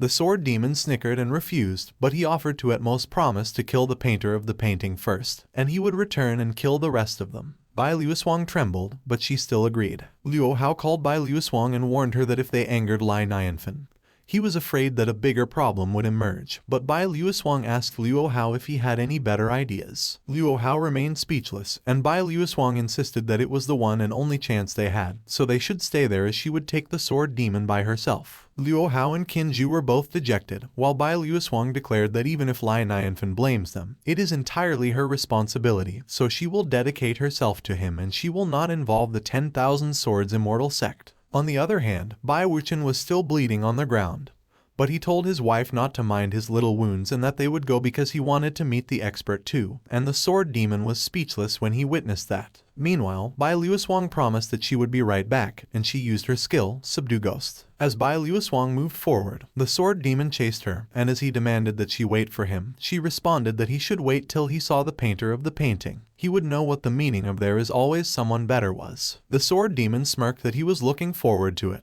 but he appeared worried, and he mused that, having said that, he had to think what his chances of winning were if he confronted the painter. He commented that although the sword's awareness of that painting was strong, he suspected the painter used up all his energy on that work, so he was sure he could kill him if he used that to his advantage. A few moments later, they landed on the ground, and as they stood in front of Lai Nianfan's home, Bai Luoswang announced that they had arrived. Suddenly, Bai Wuchen and his wife arrived, which surprised Bai Luoswang, and she inquired why they were there. The three of them hugged each other, and as Bai Luoswang's mother remarked that the three of them would bear the consequences whatever the outcome was, the sword demon exclaimed that it was disgusting, and that he would send them all to hell soon. The sword demon directed his attention to Lai Nianfan's home, and as he noted that seeing the broken house made him feel relieved because he couldn't detect even the slightest shift in spiritual energy, he boasted that the painter must be a human being by chance, and he confidently declared that the sword demon had arrived. A strong gust of wind blew the tree branches and made the birds fly away as the sword demon yelled and demanded that Lai Nianfan come out and greet him with a kneeling position. The sword demon was baffled when there was no answer. Bai Luoswang's mother asked her why no one was responding, and everyone was stunned when Bai Luoswang suggested that it could be that Lai Nianfan was not at home. Bai Wuchen's wound squirted out blood as he asked if they were screwed, which startled his wife, and she requested that he calm down. On the other hand, the sword demon clicked his tongue, and as he inquired what he meant by saying that Lai Nianfan was not at home, he bragged that Lai Nianfan must have become terrified and fled when he sensed the presence of his sword's awareness. The sword demon released his powerful, sinister aura and declared that just in case, he must leave no chance for revival, so he would destroy Lai Nianfan's land and kill his Naumanon. Bai Luoswang tried to stop the sword demon and shouted no, but he had already charged forward. The sword demon jumped into the air and proclaimed that what he wanted had always been at his fingertips, and there was nothing like can or cannot. He swung his sword powerfully while having a menacing smile on his face. But Lai Nianfan's home was protected by a huge barrier, and it blocked the sword demon's attack, creating a huge explosion. As the smoke from the explosion dissipated, the sword demon saw that Lai Nianfan's home was unharmed, and he was puzzled. The sword demon asked if it was enchantment, and he stated that it should not be like that. Suddenly, he noticed a red, fiery feather fly past him. The sword demon looked behind him, and he was alarmed when he saw that there was a phoenix. The sword demon was startled, and he asked why a phoenix was there. The phoenix ferociously charged towards the sword demon, and he complained that the three rookie immortal cultivators made a fool out of him. The sword demon's hair came undone while he released his aura and gave it his all, and he declared that it was enough because he is the eternal magic sword and he would rather be killed than humiliated. He jumped over the phoenix and vowed that he would fight to the death even if it's a phoenix. The sword demon's veins popped out as he used all his force, and he shouted that the phoenix should drop dead while the phoenix began to gather its aura on its beak. The phoenix fired the aura it gathered towards the sword demon and hit him head on. A soft breeze blew against the flowers, and the jade pendant hanging in front of Nianfan's door swayed with the wind. Everything was serene, and it was as if nothing happened in the area. On the other hand, Bai Luoswang and her family hid behind a tree trunk, and as Bai Luoswang called her father, she mentioned the sword demon. The three of them were astonished as they wondered if the sword demon was gone. Bai Wuchen was surprised that his eyes rolled back and tears welled up at the corners of his eyes as he exclaimed that there was a peerless expert. He added that the mighty sword demon slaughtered thousands of people, but he didn't even get a glimpse of the opponent's face and got killed by the jade pendant. Bai Wuchen cried as he remarked that there is always someone who is better than them, and people who do bad things get bad ends. His wife responded that it was good that the sword demon was gone.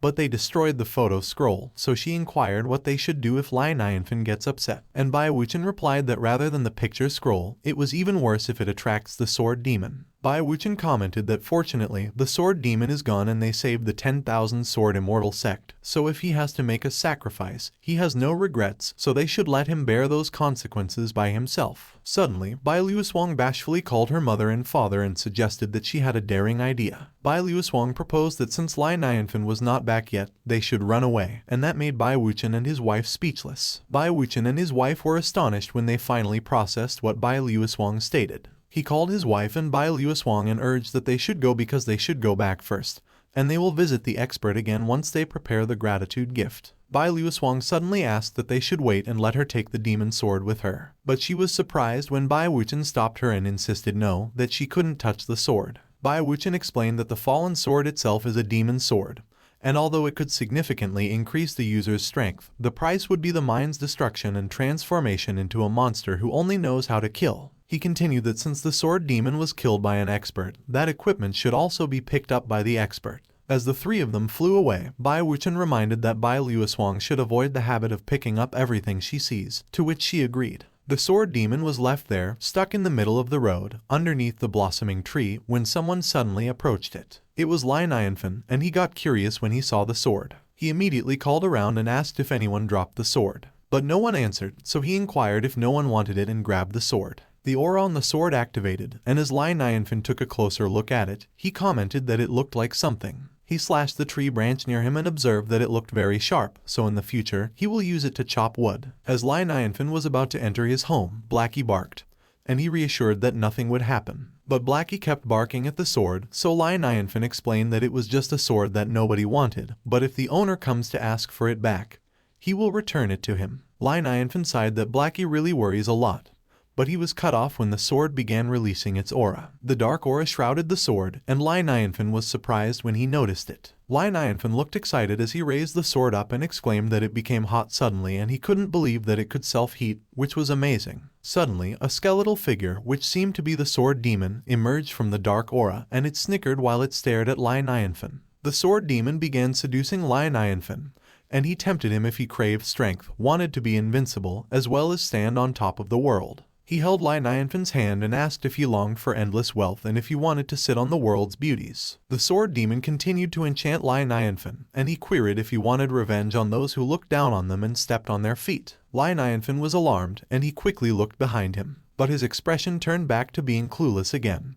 And while he wondered if the sound he heard was mosquitoes, the sword demon remarked that it was such 3 deadly offers, but Nianfan was not moved at all, so he wondered if Nianfan was a lying flat salted fish. A few moments later, the sword demon was placed in a room along with the woods Nianfan collected. The sword demon was speechless when Nianfan walked away looking so content, and muttered that Xiao Bai mentioned that he would be lucky that day, and he couldn't believe that it was true. The room was filled with silence, and the sword demon called out for Nianfan. He inquired if he was there, and he was met with silence. Tears began to well up at the corners of the sword demon's eyes, and he groaned that it was such a humiliation. But he came out of the sword once again, and with an evil grin on his face, he boasted that he was a majestic magic sword. The sword demon was proud as he proclaimed that there was no way that minor setback could affect him. His eyes glimmered as he smiled sinisterly, and he murmured that Nianfan was an ignorant human being who dared to be so disrespectful to him, so he would make him feel the real beating. The sword demon looked at the other end of the room and noted that Nianfan and Blackie just walked out of that door. He dug his feet for driving force as he agreed, and as he repeated,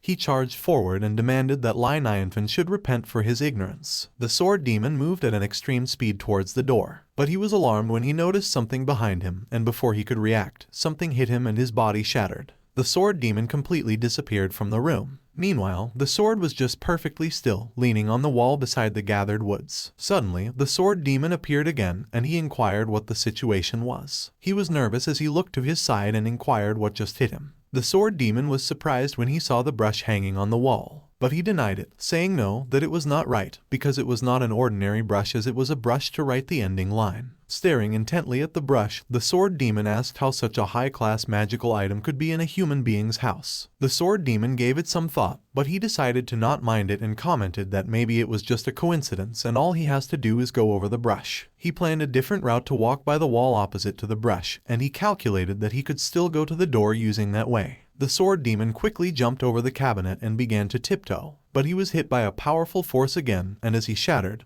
he exclaimed that even the cabinet was a magical item. The sword demon appeared again from where he started, and he was dejected. He began crawling forward and mumbled that he was a professional demon and a high-class treasure. The sword demon insisted that he wouldn't believe that he couldn't get out of that door, but he was alarmed when he noticed another powerful force coming at him again. But the sword demon managed to dodge the attack that time. He stuck out his tongue and proudly announced that he was a majestic magic sword, so there was no way he could fall down 3 times in the same spot.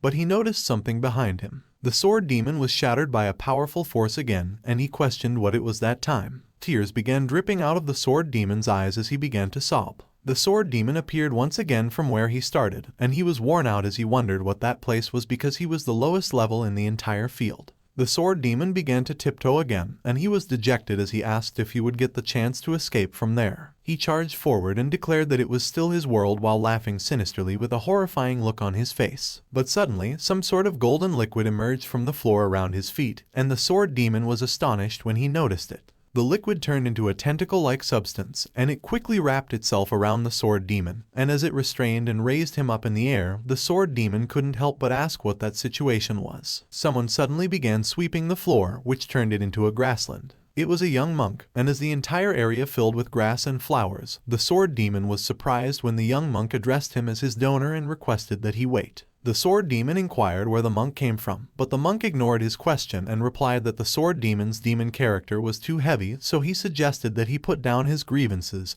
and convert to Buddhism. The sword demon looked uncomfortable as he inquired who he was, and with a bright smile on his face, the monk showed him a book and explained that he was Lankavatara Sutra. The sword demon exclaimed that he didn't know those 2 words, and the Lankavatara Sutra clarified that it was Lankai. The sword demon was enraged, and as he released his dark aura, he broke the restraints and roared that he was fine with brush and the cabinet, but even a shattered book wanted to make a fool out of him, so he would teach him. Lankai was startled when the sword demon suddenly charged towards him while he used his skill, Demon Blood Claw, and insisted that there was no point in studying for the little monk. But the sword demon was taken by surprise when he was suddenly met with a powerful force and was pushed away. Lankai got worried for the sword demon and urged him to take it easy, but the sword demon's eyes popped out of their sockets as he was surprised by what he saw. Lankai was surrounded by a lot of talismans, and he had an innocent smile on his face as he assured him that he had no bad intentions and repeatedly requested that the sword demon calm down. The sword demon was about to ask Lankai what he was, but he got hit by a powerful force across his face. He got hit by 6 more powerful forces, and some of them he managed to dodge while others he didn't. The sword demon was blown away, and he crashed onto the grassy plains when he was hit by the 7th strike. As the sword demon dramatically fell on his back, he complained that it was too much and that Lankai claimed that he had no bad intentions,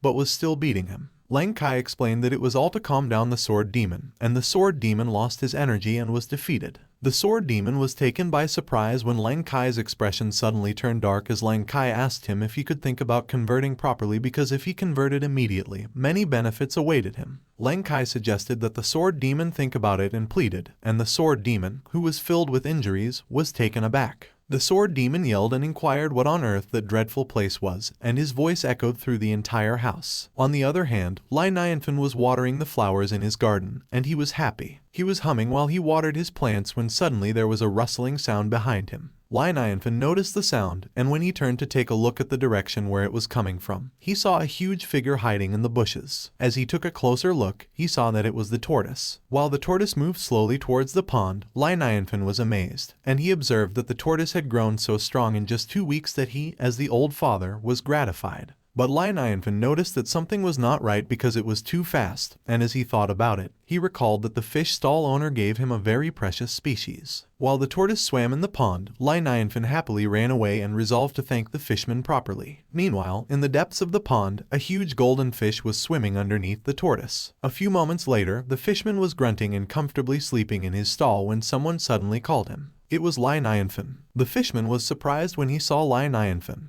and as he jerked up from his seat, Nianfan greeted him good afternoon and informed him that he had come to buy some fish to eat. Nianfan commented that the tortoise the fishman gave him last time was good because it had only been 2 weeks and it was nearly as tall as he was, which made the fishman laugh, and he remarked that Nianfan was exaggerating because there was no way it could grow so big. But the fishman excitedly boasted that his fish was better than the tortoise because, in order to eat his fish, the Celestial Dynasty's grandson would fight to get it, and it only happened the other day. The fishman recalled that Luo Shiyu came shopping, and both the son of the Imperial Preceptor and the Grand Chancellor were fighting while they followed her. The son of the Grand Chancellor demanded that the son of the Imperial Preceptor stay away from his fiancée, but the son of the Imperial Preceptor retorted that Luo Shiyu does not like fat pigs like him. He mentioned that when Luo Shiyu passed by, she stated that she enjoys eating fish, and that she suddenly remembered that her father always grilled fish for her mother. A few moments later, Nianfan was done with his business with the fishman, and as the fishman requested that he come again next time, he thanked the fishman. On the other hand, in a gloomy part of town, there were crows flying over a residence, and a lot of paper money was scattered in the air. The skies were dark, and as someone urged everyone to move away, Nianfan got annoyed as the people crowded around him, and as he warned them to be careful of his fish, he inquired why there were so many people on the street that day. Suddenly, Nianfan noticed the paper money floating in the air. He wondered if there was a funeral in town that day. Nianfan noticed the girls carrying poles of paper strips walking through the streets in line. Paper that was carefully crafted and designed filled the street while the paper money continued to float in the air. Seeing the funeral ceremony taking place, Nianfan murmured that Madame Tan was being carried in a coffin to the cemetery. Paper money was thrown in the air, and a slightly open coffin lay on the ground. One of the bystanders remarked that Madame Chen is a very kind person. Another commented that she was a poor child because once they say it was gone, it was gone. They expressed that it was pitiful because instead of a wedding,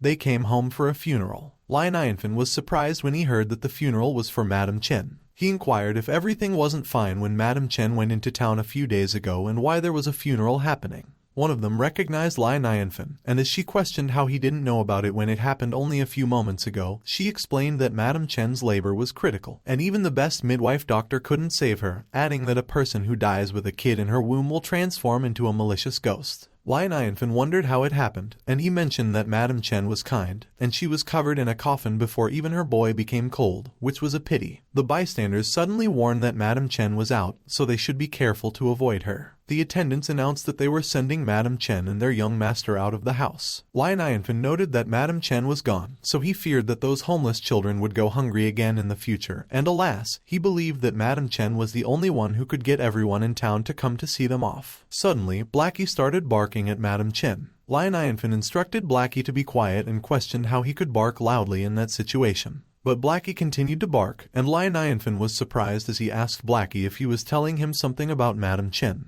Nianfan suddenly requested the attendants to stop and insisted they shouldn't cover the coffin yet. The butler recognized Nianfan. Nianfan explained that they shouldn't cover the coffin yet because Madame Chen was not dead yet. The butler was surprised when he heard what Nianfan conveyed, and he inquired how Nianfan knew. Nianfan revealed that his dog told him that, and the butler asked if he was fooling him. The butler pointed out that the Chen residents had no grievances with Nianfan, so he requested that he not make light of Madame Chen's funeral at that time. But before he could finish his sentence, Nianfan disappeared, and he asked where Nianfan went. Nianfan urged the butler to let him check and see because Madame Chen may still be alive while the butler fainted. He explained that it was a feigning death phenomenon. Nianfan clarified that it was also known as a fake death phenomenon in medical studies, and in most cases, it is difficult to detect the pulse and respiration of a fake death state, and one could only distinguish it by pressing the eyeball and observing the rebound state, and because of that, those people were not able to distinguish it and were covering the coffin. He summarized that Madame Chen is not dead yet. Nianfan offered to save Madame Chen, but the people suggested they should beat him up. One of them demanded that Nianfan shouldn't touch Madame Chen's corpse, and another instructed Nianfan to stay away from her corpse. Suddenly, Chen Yuanhui intervened and requested that the butler wait, and he asked if his wife could really be saved. Nianfan assured him and requested that Chen Yuanhui let him try. Chen Yuanhui paused for a moment, and he agreed. A few moments later, the people were surprised, and one of them questioned if Nianfan wanted to save a dead person and stated they had never heard of something like that before. Another remarked that Nianfan was acting rash. Another commented that Nianfan was disrespectful to Madame Chen's corpse and questioned how Chen Yuanhui could forgive him. Another noted that Nianfan was going to get into trouble. Meanwhile, Nianfan prepared his medical tools and wore his gloves. Nianfan had prepared himself for an operation. One of the people inquired where those things came from. One of the funeral participants asked the midwife if she had seen it before, and the midwife confirmed that if she was not mistaken, those things were taken out of Nianfan's pocket. The funeral participant paid attention to Nianfan's pocket. Nianfan suddenly pulled out an operating light, and the people asked if something that big could fit in a pocket and what the hell that thing was. Nianfan expressed gratitude, saying thank goodness he had learned something before the trashy system ran away. He acknowledged that the system had taught him modern medical studies for the past 5 years, so he will forgive the trashy system in the meantime. One of the attendants admired Nianfan, and Chen Yuanhui speculated that maybe Nianfan could really save Madame Chen and the young master, so they needed to believe in him. Meanwhile, Nianfan reassured everyone that it was okay, so they shouldn't panic because it was nearly similar to the last time he assisted the mountain monkeys in giving birth. Nianfan expressed confidence and began slicing Madame Chen. Chen Yuanhui was horrified by what he saw, and he questioned if he had made an irreversible decision. Suddenly, Nianfan called the midwife and requested that she come and help him, which startled her. Nianfan informed her that he was going to perform a cesarean section to extract the baby, and the midwife was horrified as she imagined an overly bloody scene in her head. He explained that the midwife could help him cut the umbilical cord and asked if she knew how to do it. The midwife stuttered and admitted she didn't know if she knew how to do it. Nianfan assured her it was just like the cutting she usually does, so the midwife complied. The midwife declared that the child was truly still alive. She marveled at how the child could really be saved, and Nianfan laughed as he affirmed and requested that she hold the child properly. The midwife asked about the needle Nianfan was holding, and Nianfan explained that the baby needed to be jolted away immediately. Nianfan dramatically swung his arms while holding the needle. He poked the top of the baby's head. The baby began wailing. Chen Yuanhui was in tears, and he rejoiced that his son was alive. He thanked Nianfan repeatedly. One of the people asked if the child could be alive in such a way. Another praised him as really amazing. Another remarked that he was indeed awesome, which flustered Nianfan. Suddenly, Nianfan asked the attendants what they were doing while he wasn't looking. One of the men explained that Madame Chen gave up her life to give birth to a newborn young master, and another said they couldn't stand having her body exposed in that way. Nianfan pointed out that she was not dead, and as one of the men asked if she was still alive even with her belly open like that, Nianfan reiterated that she was not dead. A few moments later, Nianfan stitched the cut on Madame Chen's belly, and she began breathing. The attendants exclaimed that Madame Chen really came to life. Nianfan stated that everything is already good, so they should take their madam back and give her a good rest. And as he remarked that Madame Chen almost died in the hands of the attendants repeatedly acknowledged that Nianfan's lesson was right. Nianfan pointed out that they mentioned something ominous and that their superstition almost killed their madam. He added, however, that it is good the matter has been resolved, so they shouldn't be so dumb in the future. One of the people remarked that Nianfan was amazing, and as another agreed, Nianfan responded that they were exaggerating because it was nothing. One of the people noted that Nianfan was too humble, and another one agreed. Meanwhile, the Saintess of Lingan Immortal Pavilion, Lingan, was observing the scene from a distance. Lingan was amused and commented that it was interesting. She explained that when Lingan first started lifting the coffin, she accused Nianfan of being a liar. Lingan remarked that she didn't think Nianfan would be able to save the dead and asked how he did it. She mentioned that although there is an exception for the 9 transformations of the soul and rejuvenation, however, the immortal level elixir is required for the cultivation of the transcendence era. And even if the 2 conditions are met, a 10% likelihood is unlikely as it all comes down to fate in the end. Lin Qingyan commented that it was very interesting and that she knew that it was the reason why Luo Shi refused the help of the Lingan Immortal Pavilion. She remarked that the Qianlong Immortal Dynasty is hiding a big treasure. Luo Shiyu denied knowing Lai Nianfan, but Lin Qingyan stated that it was enough and she shouldn't pretend because she had a tender look in her eyes when she looked at Lai Nianfan. Lin Qingyan urged Luo Shiyu to tell her the truth about who exactly is Lai Nianfan. Lin Qingyan stated 1 month ago, Luo Shiyu claimed the Prime Minister and the national teacher threatened more and requested assistance from the Lingan Immortal Pavilion. She mentioned after she arrived, she discovered that it was not those people threatening Luo Shiyu. Lin Qingyan observed that Luo Shiyu was clearly messing with the sons of the national teacher and the Prime Minister. She remarked that Luo Shiyu and her father had never schemed and couldn't hide anything, and earlier, with the way she looked at Lai Nianfan, she could guess that he was the expert who assisted Luo Shiyu. Luo Shiyu repeatedly denied it. Lin Qingyan inquired if Lai Nianfan was not the expert that the Qianlong Celestial Dynasty wanted to monopolize and remarked that she shouldn't pretend because he already knew. However, Luo Shiyu suddenly insisted she didn't like Lai Nianfan.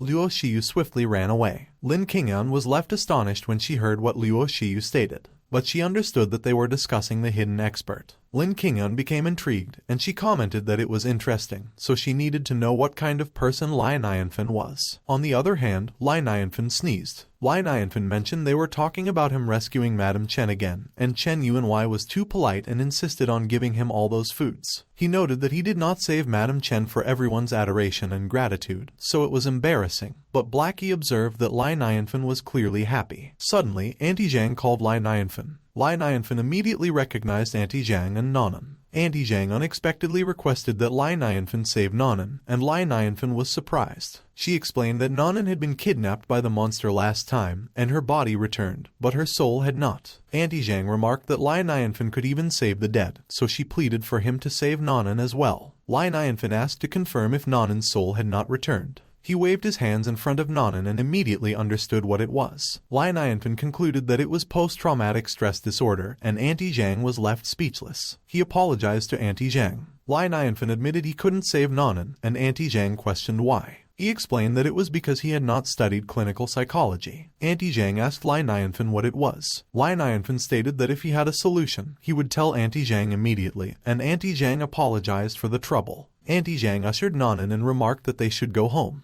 Lai Nianfan apologized to Auntie Zhang in his mind and admitted he couldn't help them. He reflected that in the end, he was still a useless human being, as he couldn't help everyone. Lai Nianfan acknowledged it would have been great if he were an immortal cultivator like Bai Luoswang and the others. He mentioned that if he had the chance, he would ask Bai Luoswang and the others if they had a solution because they were immortal cultivators and must have a better solution than he did. Meanwhile, Lin Qingyan was spying on Lai Nianfan. She remarked that she had tracked him well, and in the meantime, she would discover Lai Nianfan's secret. As Lai Nianfan ran through the forest, Lin Qingyan followed him. Lin Qingyan continued to spy on Lai Nianfan from a distance while Lai Nianfan called Blackie and informed him that he was back. She was speechless when she saw Lai Nianfan's home. Lin Qingyan noted that the base camp had been detected. She commented that the Qianlong Celestial Dynasty had hidden Lai Nianfan well, deep in the mountain within an old forest. Lin Qingyan admitted that if it weren't for her sharp eyes and insight, she couldn't have found Lai Nianfan, and it was very good, so she would try to see what kind of amazing person Lai Nianfan was. But she was startled when Bai Luoswang, Bai Wuchen, and Luo Xiang arrived and recognized her. Lin Qingyan also recognized the three of them and acknowledged their presence. She asked them why they were there, and Bai Luoswang noted that it had been a long time since they last saw each other. Lin Qingyan properly greeted Bai Wuchen and Luo Xiang, and Bai Wuchen commented that she was really modest. Lin Qingyan observed that although the 10,000 Swords Immortal sect was not as good as their Lingan Immortal Pavilion, Bai Wuchen was still a suzerain of a sect, and she wondered why an old boss from the nascent period had come to that deep mountain. She recalled that her master had mentioned the sword demon confronting the 10,000 Sword Immortal sect, so they should have been finished. Lin Qingyan wondered why they were still in good condition. Bai Wuchen recalled the last time he and Lin Qingyan met was when she was still a child, and as he asked her if old boss Yun was still in good health after so long. Lin Qingyan was surprised when she heard Bai Wuchen address her master as old boss Yun, as he used to call her master senior. Bai Wuchen laughed and admitted he had received help from the expert, so he had broken through to the Ob state. Lin Qingyan questioned how that was possible, and Bai Wuchen explained that the expert had even helped them survive the sword demon, so the 10,000 Sword Immortal sect was truly blessed and lucky. She wondered if it could be Lai Nianfan. Lin Qingyun stated that Lai Nianfan had offered a plan to the Qianlong Celestial Dynasty to help them get out of trouble, save the 10,000 Swords Immortal sect from miseries, helped Bai Wuchen break through to Ob, and saved Madame Chen from death. She questioned if all those things were done by one person. Lin Qingyun wondered what kind of person Lai Nianfan was. She questioned if there was truly such a person in the world. Lin Qingyun suddenly slapped herself and told herself to calm down. She remarked that there was such a magical person who had crossed paths with the Qianlong Celestial Dynasty and also the 10,000 Swords Immortal sect, and she wondered how the Lingan Immortal Pavilion could fall behind them. Lin Qingyun stated that they, the Lingan Immortal Pavilion, couldn't lose, and as Bai Luoshuang asked Bai Wuchen what Lin Qingyun was doing, Bai Wuchen remarked that Bai Luoshuang shouldn't mind Lin Qingyun because she was as crazy as her master, so they should visit the expert first as they couldn't miss the auspicious time. Bai Wuchen noted that when treating her benefactor, Bai Luoshuang shouldn't be rude because he didn't know if the demon sword from last time had caused trouble to Lai Nianfan. He added that if Lai Nianfan was angry, they must sincerely apologize to him, and Bai Luoshuang agreed. Bai Luoshuang called Lai Nianfan and asked if he was home, and Lai Nianfan quickly opened the door and greeted her. Bai Luoshuang greeted Lai Nianfan and introduced her father and mother. Lin Qingyun suddenly interjected and stated that she was there too. Lai Nianfan asked Lin Qingyun who she was. Lin Qingyun introduced herself and claimed she was a good friend of Luo Xiang. Bai Luoshuang and her family were all surprised, and they cursed in their minds, wondering how Lin Qingyun ended up following them there. Lai Nianfan requested everyone to come in. Lin Qingyun was surprised and remarked that Xiao Bai was a magical item. She was also surprised about the spiritual water. Lin Qingyun also got surprised when she sat on the sofa and inquired which monster grabbed her butt. Lai Nianfan laughed and noted that Lin Qingyun is indeed lively and humorous. He mentioned he just made porridge, and it is very delicious, so they should let him bring some for them to eat. Lin Qingyun observed that she just discovered that there is spiritual energy in the air when Bai Luoshuang suddenly grabbed her arm. Bai Luoshuang remarked that it was common to see anything in Lai Nianfan's house. She stated that Lai Nianfan travels in the mortal world, so Lin Qingyun should not bring up the subject of cultivating immortals since it will pique his interest. And as Lin Qingyun asked her if it was her real personality, she agreed and acknowledged that she got it. A few moments later, Lai Nianfan came back with the porridge and appeared surprised. Lai Nianfan inquired why Lin Qingyun suddenly became quiet. Lin Qingyun explained she was a little weary, so she will sit down and rest. But she was thinking that she was too careless, was too surprised, and acted rudely. She acknowledged that Lai Nianfan is absolutely extraordinary, so she must make acquaintances and create a good impression. Lai Nianfan urged them to come and try the porridge. Bai Wuchen noted that a sudden visit is already troubling, so he won't drink the porridge and expressed gratitude to Lai Nianfan for his kindness. And Lai Nianfan asked Lin Qingyun, but Lin Qingyun politely declined as well and thanked Lai Nianfan for his kindness. Lai Nianfan observed that they were too polite and left. Suddenly, Bai Luoshuang called Bai Wuchen and questioned him if he was sure that he didn't want to drink. The porridge was radiating and filled with spiritual Kai. Bai Wuchen was surprised when he saw it. He acknowledged that it was a porridge that contains Kai, so he miscalculated, and he expressed interest in trying the porridge. But Lai Nianfan had already fed the porridge to Blackie, and he inquired what Bai Wuchen remarked. Bai Wuchen stated it was nothing. On the other hand, Bai Luoshuang requested Lai Nianfan to pardon her rudeness as she drank the porridge. Suddenly, she floated in the air, and a golden light shone brightly around her. Bai Luoshuang was rejuvenated and her feet touched the ground. She had broken through to the building base mid-stage. Bai Luoshuang called Bai Wuchen and Luo Xiang and informed them that she was in building base mid-stage already, and as Luo Xiang noted it was great. Bai Wuchen remarked that after so many years, Bai Luoshuang finally advanced. Meanwhile, Lin Qingyun was completely speechless. She couldn't believe that Bai Luoshuang broke through just like that. Lin Qingyun expressed relief that she found out about it today because if not, according to that breakthrough speed, the status of the Lingan Immortal Pavilion will be jeopardized by the 10,000 Swords Immortal sect. She concluded that she had to win Lai Nianfan over and couldn't let the 10,000 Sword sect gain the advantage. Suddenly, Bai Wuchen called Lai Nianfan and recalled that Bai Luoshuang brought back a painting from him last time, and they had greatly benefited from it, and he also gave them some precious white porridge that day. He stated that in order to express their gratitude, he had brought a little gift. Lin Qingyun wondered what it could be. Bai Wuchen requested that Lai Nianfan not be ashamed of it. Lin Qingyun mentioned it was a sect protection treasure of the 10,000 Sword sect, the Sword Flaw Fairy Jade. On the other hand, Lai Nianfan remarked that it was a shining stone. Lin Qingyun was taken aback when she heard what Lai Nianfan noted. She explained that the reason Bai Wuchen could have a yin-yang cultivation basis is that he depended solely on the Sword Flaw Fairy Jade to cultivate.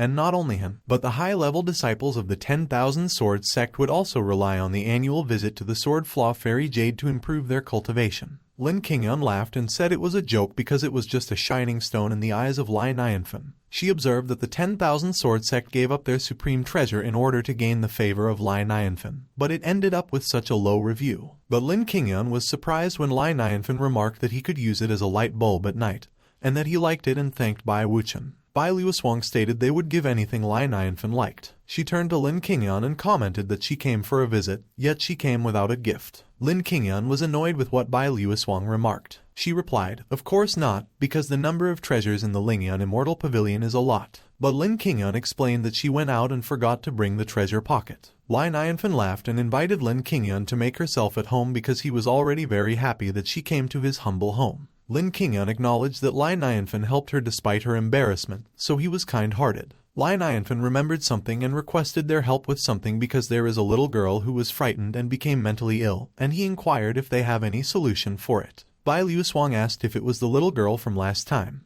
but Lin Qingyun suddenly chimed in and suggested they should let her answer that. Lin Qingyun remarked that she needed to do well to make up for the rudeness she showed earlier. She explained that if Nanan was frightened, maybe the soul is damaged, and the Lingan Immortal Pavilion has a lot of medicine that could treat the soul. Lai Nianfan inquired if it was real, but Bai Luoshuang remarked that Nanan is still young and her soul strength is weak, so they can't use those medicines. Lin Qingyun suggested they could let Nanan wear a soul-nourishing jade because long-term use could help people mend their souls. Lai Nianfan noted it was not bad. However, Bai Luoshuang mentioned that in order for the soul-nourishing jade to be effective, Nanan must wear it for at least 10 or maybe 20 years. Bai Luoshuang called Lin Qingyun, and as she remarked the Lingan Immortal Pavilion is the strongest of all, she inquired if she had any other solution. Lai Nianfan asked Lin Qingyun if she had any other solution. Lin Qingyun was about to say something more, but she hesitated. She explained she was frightened and fell into a coma when she was young, and her master used to tell her stories by her bedside, but if Lai Nianfan was looking for a solution, her master was too distraught at that time and couldn't help out either. Bai Wuchen asked Lin Qingyun if even her master doesn't have a solution, and Bai Luoshuang noted it was all from the Lingan Immortal Pavilion. Lin Qingyun looked troubled and worried as she ran out of ideas, but Lai Nianfan thanked Lin Qingyun for her reminder and remarked that he figured out a way. Lin Qingyun stated there are 3 spiritual and 7 physical souls, and the God soul is the most difficult to cure, so she asked Lai Nianfan if he really had a solution. Lai Nianfan responded he only knows some silly method they, humans, will use, so they should just try it anyway. Everyone agreed it was as expected of an expert because the God soul is damaged, but he could use the human method to solve it. Bai Wuchen remarked it is a huge blessing to be able to observe that moment. On the other hand, Lai Nianfan insisted they should not delay any longer, so he would enter the city and save Nanan immediately. And as he called Xiao Bai and requested for him to watch after the house, Bai Luoshuang and her family immediately mentioned Lai Nianfan was already going out. Bai Luoshuang and her family requested for Lai Nianfan to wait and asked if they could go with him, so they requested that he let them know if there was anything they could do to help. A few moments later, they arrived in the city, and Lai Nianfan called Auntie Zhang and explained he was there to look at Nanan's illness. Auntie Zhang acknowledged Lai Nianfan's presence. She also recognized the other 4 immortal cultivator experts. Auntie Zhang requested if they have a solution, they save Nanan. She commented after that much time, Nanan's condition has worsened. Bai Luoshuang remarked Nanan was the girl from last time and it was bad, while Lin Qingyun expressed disbelief that the condition was severe. Bai Luoshuang assured Auntie Zhang not to worry because Lai Nianfan would help Nanan regain her appearance, and Auntie Zhang agreed with her and thanked Lai Nianfan. Lai Nianfan approached Nanan. He suggested Nanan let him tell her a story, and after listening to that story, he hoped that she would not be afraid of monsters. Lai Nianfan announced the name of the story as Journey to the West. Blackie immediately mentioned he saw that book on the bookshelf at home. Lai Nianfan explained confusion is indistinguishable from the chaos of heaven and earth, and it is indistinct and unseen, so Pangu has been breaking the primal monarchy and emerging from the turbid argument ever since. Blackie observed Lai Nianfan was telling the story from the beginning. He suggested he could sleep first, but he noticed the cultivators. The 4 of them remarked it was the famous dictum of heaven and earth. Everyone listened as Lai Nianfan explained the beginning integration number of heaven and earth is 129,600 years old, and it is divided into 12 groups. Bai Luoshuang and Lin Qingyun remarked it was the famous dictum of great truth, while Luo Xiang and Bai Wuchen noted it was the universal law of development. On the other hand, Blackie stated it was not that bad. But he realized the large group of people behind him, and he wondered when so many people began to gather. Meanwhile, Lai Nianfan suggested if he could persuade Nanan that the Demon King Sun Wukong is a mischievous and adorable being, maybe she wouldn't be afraid of monsters anymore. Suddenly, he noticed a large group of people in front of him. Lai Nianfan expressed surprise that there were many people. He commented everyone enjoys listening to stories. Lai Nianfan declared he would get right to the point then. He described how stone monkeys lead a community of monkeys on the Mount of Flower and Fruits, where they live joyfully and happily. Lai Nianfan continued, later, in pursuit of longevity, Sun Wukong crossed the sea on a bamboo raft and studied art with a master. He recounted after finally becoming a disciple of Patriarch Bodhi, Sun Wukong asked if he could obtain longevity after learning those things. A kid in the audience listening to the story called her mother and remarked the monkey was interesting, and the mother commented she was a silly girl because she listened to the story and noticed the monkey, but for the immortal cultivator experts, it was the sound of great truth. The four cultivators were thinking that Lai Nianfan was talking about his own personal experience. A few moments later, Lai Nianfan mentioned it was all for that day. Lai Nianfan requested for the next story. They listened to the next explaining section. He explained he was going to debut as a Mr. Storyteller and he was going to be famous. Lai Nianfan was thinking that he didn't know if the method worked on Nonan when Nonan suddenly recognized him. He expressed, "Thank goodness, it worked." Meanwhile, one of the audience members expressed their surprise and remarked 2 hours had passed, so his mother was going to scold him to death, but he requested that they inform him for the next storytelling section.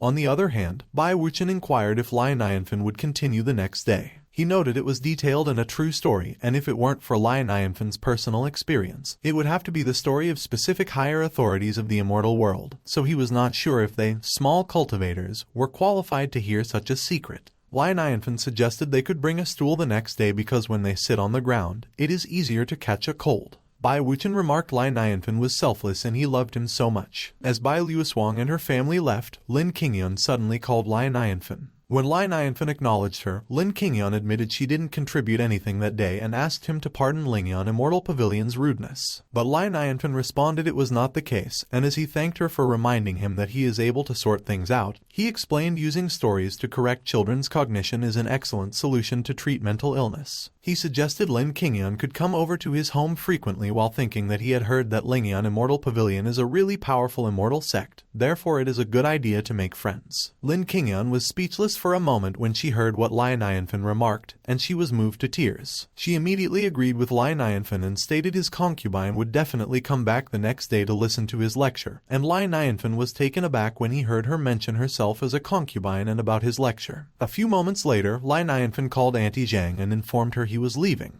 But Mingling suddenly greeted him as a master. Mingling requested for Lai Nianfan to stay. Mingling introduced himself, and he stated that he had seen Lai Nianfan before, and his story was like a distant rumbling of thunder. Lai Nianfan declared that Mingling flattered him while he considered that no one could resist the charm of Journey to the West. But Mingling remarked that he was curious about something and he wanted Lai Nianfan to enlighten him. Lai Nianfan got curious about what it was. Mingling politely inquired Lai Nianfan if there was really a way for longevity. Lai Nianfan was surprised by Mingling's question. Mingling expressed that he has been seeking longevity for a long time, and he looked through all of the books but couldn't find anything up until he heard Lai Nianfan's story, so he must have known how to live a long life. Lai Nianfan queried Mingling if he had gone crazy from reading books. Mingling questioned Lai Nianfan if he could see that, and he uttered that he was not really smart and he had always been immersed in the realm of books, but even though he read a lot, he still knew nothing. Lai Nianfan pondered that Mingling was really dumb. He related that since ancient times, no one who sought longevity has died happily. Lai Nianfan commented that in 10 years' time, when springs go and autumn come, centuries could show birth, old age, sickness, and even death, and for thousands of years, the replacement of dynasties could be lamented, and for 10,000 years, the shifting of stars could be observed. So if mortals tried to use their momentaneous vision to look into the world of millions of years, it was the same as trying to catch the moon in the reflection of a well. He conveyed that Mingling should focus on the present and act on his own will. Lai Nianfan indicated that was all he could say. Mingling watched as Lai Nianfan walked towards the sunset, away from him. He was in awe. Mingling tried to comprehend what Lai Nianfan mentioned. He contemplated that it was great wisdom. On the other hand, Lai Nianfan reflected that he couldn't afford to offend an idealist, so he should escape. Meanwhile, a kid probed his master Zhao when they would arrive, and the master observed that they were almost there. The kid noted that the 10,000 sword sect was confronted with the sword demon's challenge, and it must have been annihilated, so he pressed Zhao why they rushed over there. Zhao exclaimed that he and Bai Wuchen were sword cultivators and they have fought openly and secretly for more than a century, and currently, he died brutally at the hands of the sword demon. He demanded who else was going to collect Bai Wuchen's corpse besides him, and he surmised that although Bai Wuchen's strength wasn't great, He would not try to escape and live aimlessly, so he was afraid that his body had gone cold by that time. Suddenly, Zhao noticed Bai Wuchen and his family. Bai Wuchen announced that having an opportunity to listen to Lai Nianfan was such a great blessing, and Bai Luoshuang affirmed that he was right. Zhao screamed and informed that it was a deceptive corpse. Bai Wuchen heard Zhao, and he prompted what brought him there. As Zhao petitioned Bai Wuchen how he was not dead, he explained that he planned to come over and retrieve his corpse, and when Bai Wuchen heard that, he specified that he owed Zhao a heartfelt thank you. Zhao requested Bai Wuchen if it could be that he ran away when the demon sword confronted him. When Bai Wuchen heard that, he requested for Zhao to have a look at his aura. Zhao implored Bai Wuchen if he had already made it to the Ob stage. Bai Wuchen recounted that the 10,000 Sword sect was most likely blessed and beloved by God because the sword demon was barely a blip on his radar, and Zhao didn't have to be overly jealous because everyone has their own destiny. Zhao chuckled. He pointed out that it doesn't matter when one starts learning. The one who discovers the truth should be the teacher, and he addressed Bai Wuchen as his senior as he congratulated him. Zhao reported that immortal cultivators strive for longevity, but as he examined how many immortals could persist, he insisted that it seems that Bai Wuchen will outlive him. Bai Wuchen interrogated Zhao if it could be that his lifespan was ending. Zhao pronounced that he didn't have more than 50 years to live, and he mused that he could collect Bai Wuchen's corpse, but he couldn't believe that he was already going alone. Bai Wuchen felt sorry for Zhao. He disclosed that, to be honest with Zhao, the one who helped him in the breakthrough was not the one who destroyed the sword demon, but someone else. Bai Wuchen professed that since they were in the same misfortune, he can't bear to see Zhao disappear. Zhao solicited Bai Wuchen if it could be that he had an idea, and Bai Wuchen testified that he would take him to hear a story the next day. The next day, the townspeople clarified that Lai Nianfan had entered the town. One of them added that he went to secure a set and listen to the story. Lai Nianfan was startled when he saw Ming Liang.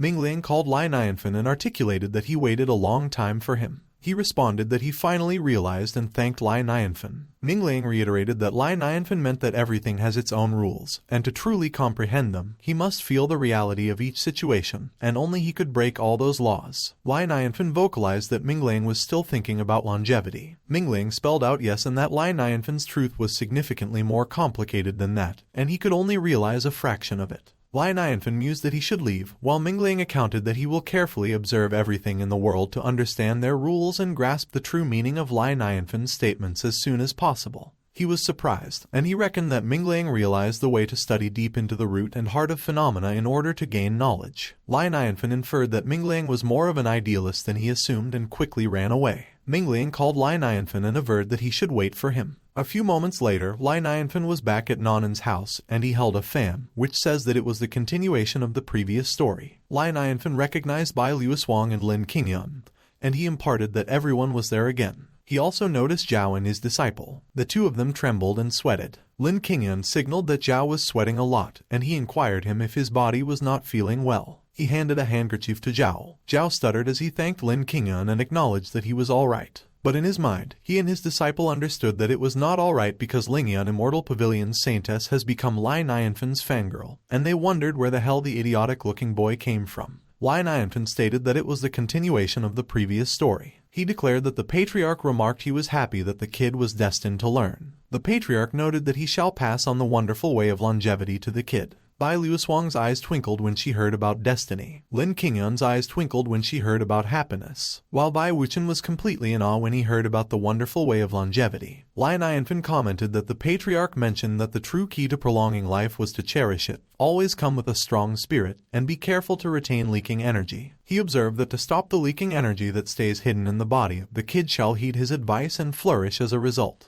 Bai Wuchen, Lin Qingyan, and Bai Luoshuang expressed that it was the great truth of longevity, and Lai Nianfan pronounced it succinctly. But the three of them considered that they couldn't understand a single word. Suddenly, dark clouds covered the sky above their heads. Lai Nianfan articulated that they should return to the original by traversing a surname and wait for the Immortals' name to be relocated. He conveyed that after all, if they don't know how to generate results, there is no way they could survive in that world, and he requested that they come listen to the continuation at the next session. Raindrops started falling down, and the ground started getting wet. The people uttered that it rained so they should go home and that they would come again to listen to the story. Bai Wuchen announced that the resin really poured down. Zhao pondered that once an order is issued, it will be followed, so he wondered if it could be that Lai Nianfan's orders caused changes in heaven and earth, while Bai Wuchen contemplated that there was no other possible way. Meanwhile, Lai Nianfan reported that he didn't bring his umbrella. He affirmed that it was pouring so hard all of a sudden, which was troublesome, so he called out to the sky and acknowledged that it should stop the rain immediately. Both Zhao and Bai Wuchen wondered if Lai Nianfan tried to convince the heavens to stop raining. On the other hand, at Lai Nianfan's forfeit yard 10 miles away, Xiao Bai and Blackie were left. The two of them were alarmed when they noticed the pond. The huge dragonfish came out of the pond and flew towards the sky. Xiao Bai inquired what they should do. Both Xiao Bai and Blackie reflected that Lai Nianfan's carp flew away, and they wondered if he would be mad about that. The dragonfish dispersed the dark clouds, and light started to peek out through the clouds. Lai Nianfan saw the ray of light that's shining down in front of him. He queried if it was a sunny day. Lai Nianfan indicated that the rain really stopped, and he questioned if he did any good deeds that even the gods couldn't bear to see him get wet in the rain while going home. Meanwhile, Bai Wuchen and Bai Liusuang surmised that Lai Nianfan specified that he was not an immortal, but even a pig wouldn't believe his words at that moment. Suddenly, Mingliang called Lai Nianfan, and Lai Nianfan interrogated if it was him again.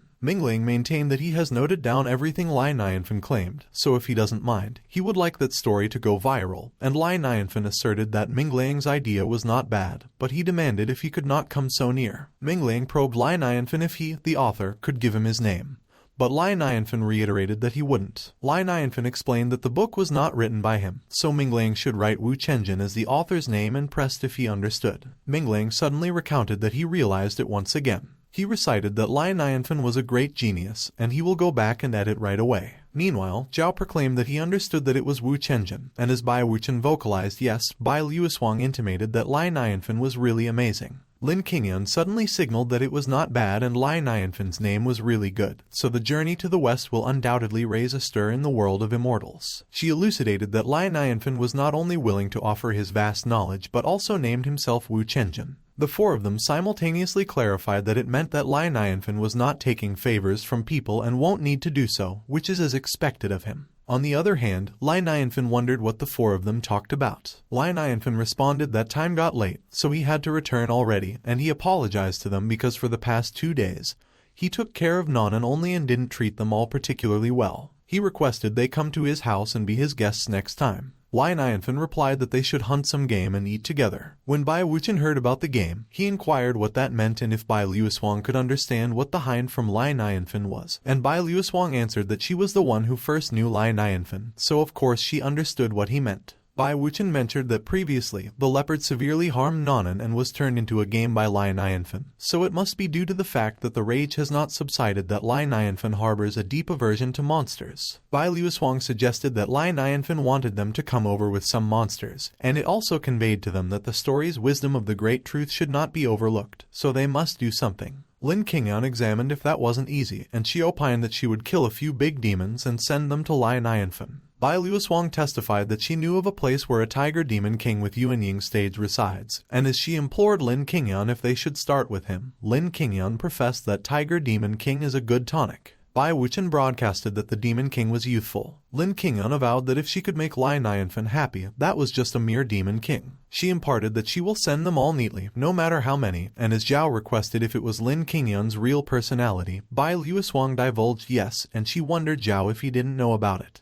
On the other hand, at Mount Tiger, 100 miles away, tiger demons lounged around their territory. The tiger demon king sat leisurely on his throne. Suddenly, he noticed something. One of the tiger demons investigated the king what was on his head. Lai Nianfan gleefully hung the laundry. Suddenly, he wondered if someone knocked at the door and stated that he came. Bai Wuchen and Zhao greeted Lai Nianfan with a smile, and they offered a 2-headed wolf, a 3-tailed lion, and a huge type tiger. Bai Wuchen declared that the little gift was a token to show his respect to Lai Nianfan, while Zhao remarked that he didn't hunt much but everything he got was fresh from the woods. Lai Nianfan considered that if that happened in his previous life, he would have to spend the rest of his life in jail. He pondered that traversing to that realm was good. Lai Nianfan requested for all of them to have a seat first, and he uttered that he would go and prepare some ingredients. He inquired himself what he should do as he hopped towards the kitchen. Lai Nianfan pronounced that the cultivators paid him a visit and brought him so many wonderful gifts, so he must keep them entertained as well. He mentioned that they should eat hot pot shabu shabu. A few moments later, rolls of meat were neatly prepared. The vegetables were also neatly lined up on the plate. The pot was also prepared. Nianfan observed that Xiao Bai was very good, but Xiao Bai commented that he was just so-so. He called the cultivators and noted that they should eat immediately. Nianfan was worried when he saw the cultivators' reactions. The four of them all reflected that they couldn't understand at all. Bai Luoshuang queried why the meat was shaped like that, while Lin Qingyan questioned what the cake was and asserted that it was cute. Meanwhile, Bai Wuchen was astonished when he saw the pot. Bai Wuchen contemplated that it was an image of Tai Chi. He surmised that it was certainly the path of yin and yang. Zhao conveyed that he couldn't believe that pot, as it has the intention of reconciling yin and yang as well as Tai Chi chaos. He mused that it was the so-called pot that produces one, and from one it becomes two, and it further divides into soup and mala and is prepared with some meat and vegetables, as the ingredients do enjoy the essence of taste. Zhao reckoned that they would refine it in the belly, soften it in the stomach, and use the buttocks to eliminate the waste. He perceived that it shall nourish the earth repeatedly and endlessly. Bai Wuchen and Zhao reported that they have learned something amazing. Nianfan deemed that it was just a pot and that those cultivators were interesting. He affirmed that they should eat. Bai Luoshuang proclaimed that she had never seen such dishes before, and Lin Qingyan probed how they should eat it. Nianfan announced that he will show them and that they should follow him. He responded that they should pick a piece of meat. Nianfan answered that they should put it into the pot. He indicated that when it was cooked, they should dip in the sauce. Nianfan expressed that they should eat it. Bai Luoshuang and Lin Qingyan were stunned after they ate the meat. The two of them were in awe at the burst of flavors that was like a volcano. They felt very vulnerable and naked after tasting the meat. The two of them concluded that it was delicious. Watching them, Bai Wuchen voiced that the ladies aren't holding back at all. Bai Wuchen specified that elderly people can't digest well if they consume too much meat, so he would try some vegetables. He was extremely surprised after he ate the vegetable. Bai Wuchen assumed that he could sense the Taoist flavor in those vegetables. Nianfan acknowledged that all of those vegetables are fresh and were grown by him. Bai Wuchen admitted that he understood and that if Nianfan was the one who grew it, it was not strange that it has a Taoist flavor in it. He related that Zhao should eat more because the vegetables are good for the body, and he believes that it will extend his life by a few years. Zhao was astonished when he heard what Bai Wuchen articulated. He averred that he understood, and he realized that with Taoist flavor existing in those vegetables, he might be able to break through by eating a few more bites. The cultivators inferred that Nianfan was a superhuman indeed. Everyone peacefully ate as the sun slowly started to set. On the other hand, a really tall mountain was shrouded by clouds, and birds flew around it. In the forest, a fox moved swiftly from one tree to another. It landed on the grassy plains. There were two foxes, and they looked ominous. But upon closer look, they were two fox demons that rested peacefully on the grass. The smaller fox demon inquired her older sister if she could not transform and if she realized how dangerous it is to transform. She stated that transformation must go through calamity and a few claps of thunder, and if her sister doesn't pay attention, her soul will fly away and be scattered around. The older sister was speechless, and she was in deep reflection. The younger sister questioned her older sister if she pondered that she was lucky and if she could survive that.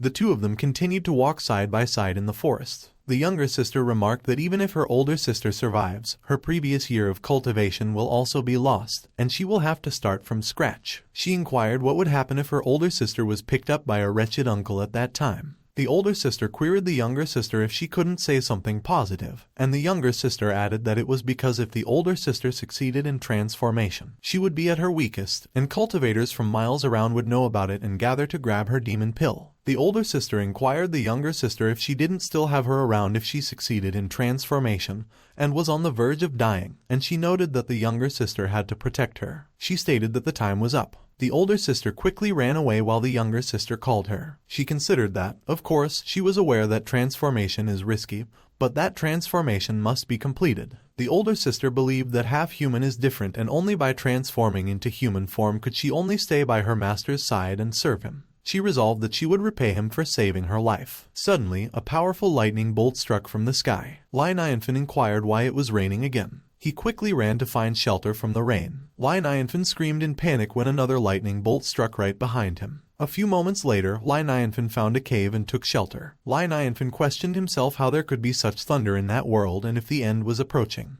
but he noticed something. Nianfan inquired why the thunder seems to be converging in only one spot. The thunder continued to strike. At the distance, a cultivator stated that with 9 claps of thunder there is a 1,000-year-old fox demon transforming, and the other cultivator with him inquired what kind of silly demon that was, taking her life with her own hands. The cultivator stated that money doesn't grow on trees, and as he queried if he wouldn't be able to break through easily if he got the demon pill, the other cultivator commented that first come, first served. A few moments later, the rain stopped. A magical aura floated around the trees and converged towards an area. The fox demon finished her transformation, and she slowly started waking up. The aura converged around her, and she was surprised when she saw her body. But she was alarmed when she heard a noise coming from behind her. The bushes behind her rustled as Nianfan walked through them. Nianfan remarked that the firewood was wet, so that day was a busy walk for nothing. Suddenly, he noticed the fox demon. The fox demon and Nianfan were both surprised when they saw each other. Nianfan considered that it was a beautiful girl. He stated that the revival of Sudaji would wreck the country and bring ruin to the people. On the other hand, the fox demon hesitated as she tried to call Nianfan her master. She believed that she was fortunate that she transformed and ran into her savior again. The fox demon recalled that 3 years ago, she was a 7-tailed fox. She recalled that she was gravely hurt after a bad encounter with cultivators. The fox demon considered that she was blessed that her savior came to her aid. She recalled that her body healed.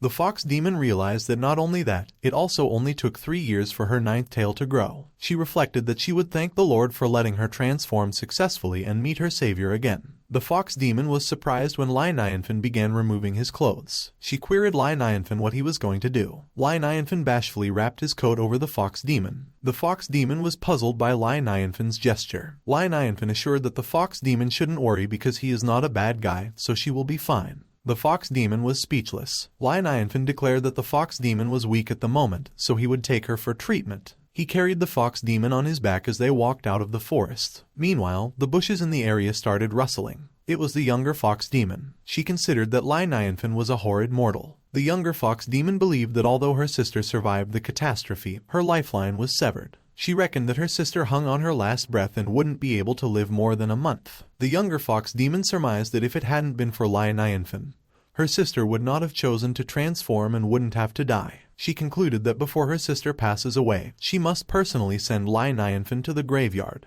The immortal cultivators present in a radius of hundreds of miles were already aware that someone had undergone a demonic transformation, and they all went in a rush. Luo Shi watched as the immortal cultivators converged into one area. She stated that it was where Nianfan was. Zhangzu inquired Luo Shiyu if she saw the thunder earlier. Luo Shiyu mentioned yes and that the monster gave up her 1,000-year-old practice and transformed, and she queried what it was up to. She remarked that the demon pill is extremely precious, and it will definitely entice a large number of people to grab it. Luo Shiyu questioned what would happen if it disrupted Nianfan's resting time if the situation got too violent. She probed if it wouldn't be bad if it harmed Nianfan's health if he gets disrupted to the point where he is unable to sleep, and Zhangzu considered that Luo Shiyu was worried about that. Luo Shiyu's father, the king, uttered that he can't let that happen. He declared that since Luo Shiyu told him about Nianfan's deeds, he felt that when Nianfan chooses the Qianlong dynasty, it will be their celestial dynasty's greatest blessing. The king noted that if Nianfan is offended by others, it was their fault that they didn't take good care of him. He voiced that if Nianfan leaves because he is bothered by other people, it will be a great loss to them, and both Luo Shiyu and Zhangzu articulated that it was right. The king asserted that he and Luo Shiyu should go, to which Luo Shiyu agreed. He pronounced that they would take care of whoever disrupted Nianfan's leisure time. Luo Shiyu pondered that they would settle it on the spot on behalf of Nianfan. On the other hand, Bai Wuchen congratulated Zhao on his breakthrough to the Ob stage and announced that he will be an immortal again, to which Zhao observed that it was all thanks to the vegetables served by Nianfan.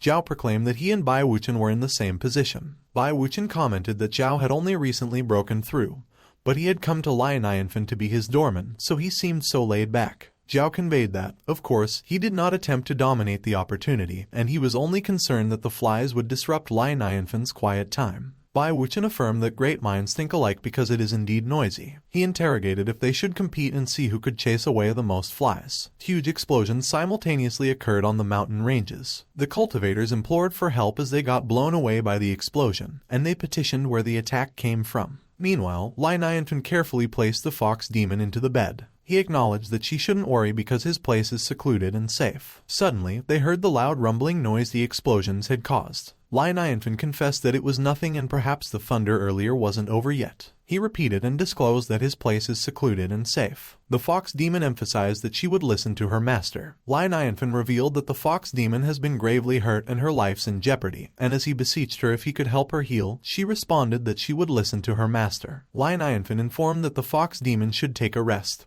and he suggested that she stay with him for a while if she has nowhere else to go. The fox demon expressed that she would listen to her master. Lai Nianfan requested the fox demon what her name was, but she just indicated that she would listen to her master. He examined the fox demon if she was going to listen to him in that matter too and if she didn't have a name. The fox demon solicited Lai Nianfan if she couldn't. Lai Nianfan speculated what it could be. He wondered if the fox demon was the maid of a rich family. Lai Nianfan reflected that she was born without human rights, suffered a lot, and didn't even have a name. He surmised that she worked so hard to escape. Lai Nianfan contemplated that the fox demon had no home to return to and was robbed as well as badly wounded by others. He presumed that it was pitiful. Lai Nianfan wondered if he was right that it makes him her savior because he saved her that day, and he reckoned that according to the plot's progression, if he treats her better, she may repay him with her body and they will be able to live together lawfully. He placed his hand on the fox demon's shoulder. Lai Nianfan reiterated that the fox demon shouldn't be scared because no matter what she has suffered in the past, it was in the past, and from that point onward,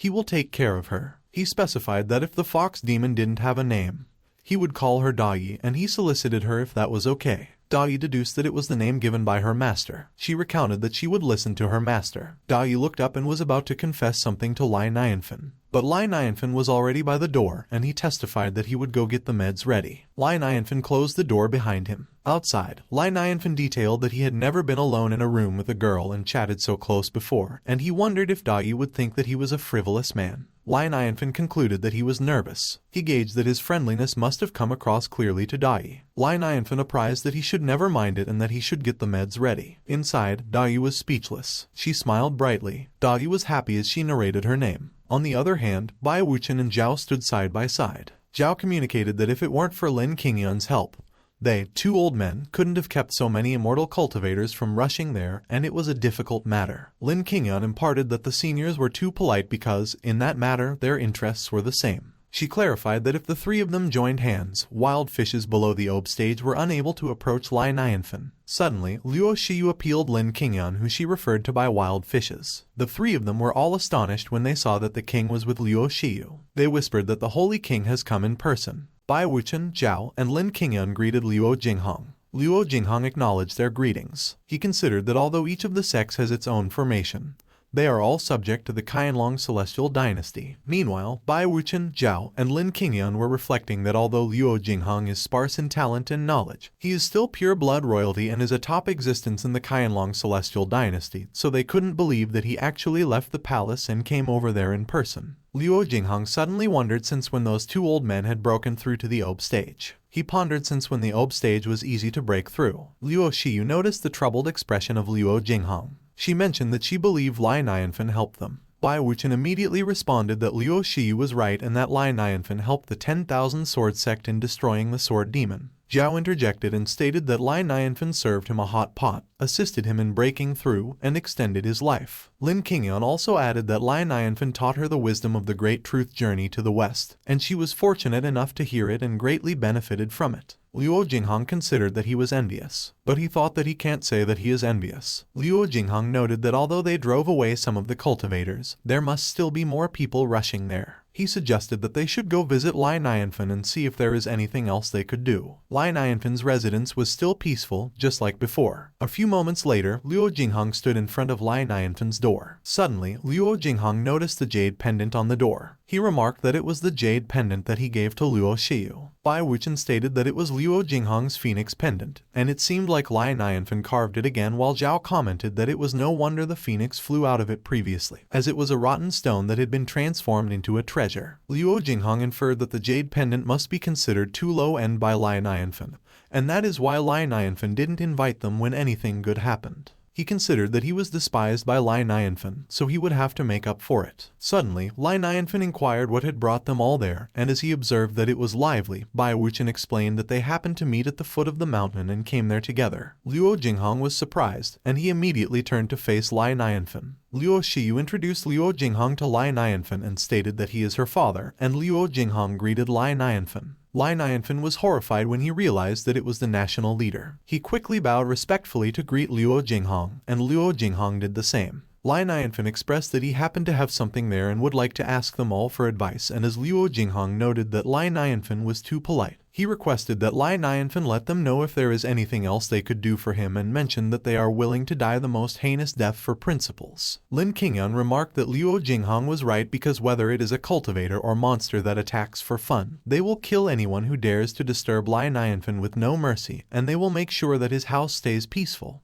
Li Nianfan laughed and stated that with their protection, he already felt extremely safe. He explained that regarding what he mentioned, it was a different story because there was thunder earlier and it struck a lady. Li Nianfan expressed that he would like to ask them to help him in deciding how the girl could be saved in a more effective manner. He pointed out Dai for everyone to see. Everyone immediately thought that Dai was the transformed monster. Dai was alarmed when she saw everyone. Li Nianfan questioned Dai what happened to her, and Dai responded that they were there to capture her. Li Nianfan asked everyone if they were there to capture Dai. Everyone was stunned and horrified when they heard Li Nianfan's inquiry. Bai Wuchen and Zhao considered that if Li Nianfan misinterprets it and thinks that they were there to capture the transformed monster, that means that they are messed up. Bai Wuchen immediately clarified that it was a misunderstanding because they are Li Nianfan's friends, and he requested that Dai not panic. Zhao stated that Bai Wuchen was right and that they are not selfish or malicious and they will not cause Dai harm. Everyone mentioned that they are good people. Li Nianfan observed that he thinks Dai is a maid of a rich family and has suffered a lot, and she barely escaped and mistook the others for the bad guys who had come to take her back, to which Bai Wuchen responded and stated that it was whatever Li Nianfan says. Li Nianfan proudly gave Dai a thumbs up.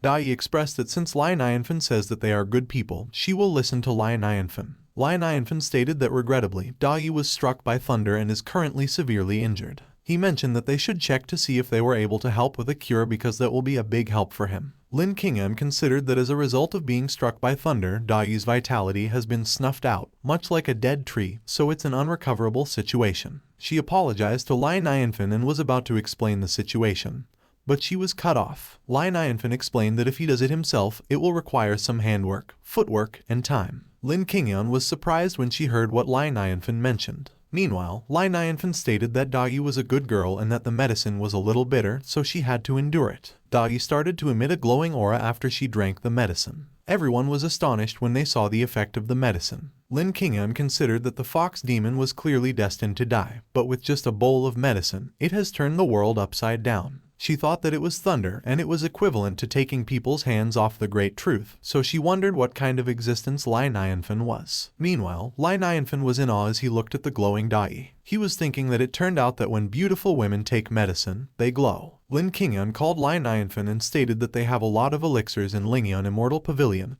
and that should help Dai's injury. Bai Wuchen interjected and mentioned that his 10,000 sword sect has been passed down through generations, and they also have some rare elixirs, so perhaps Li Nianfan could make use of them, while Zhao stated that he will go get his exquisite elixir right away. Luo Jinghong called Li Nianfan and mentioned that he would return to the palace to get him some medicine. However, he requested that Li Nianfan accept his gift first. He expressed gratitude to Li Nianfan for his help and advice on the Qianlong Celestial Dynasty's troubles. Luo Jinghong considered that the jade pendant went wrong last time, so at that time, he will present their national treasure because he needs to restore his image. Li Nianfan remarked that they were too polite and that he feels embarrassed. He opened the box Luo Jinghong gave him. Li Nianfan was puzzled when a powerful golden dragon suddenly came out of the box. The dragon inquired Luo Jinghong why he had summoned him. Lin Qingyan was lost for words when she saw the golden dragon. On the other hand, Zhao wondered if it was the Dragon Ball, and Bai Wuchen explained that it was the national treasure of the Qianlong Celestial Dynasty. Meanwhile, Li Nianfan remained puzzled, but he was in awe as he looked up at the golden dragon. The golden dragon was alarmed when he saw Li Nianfan.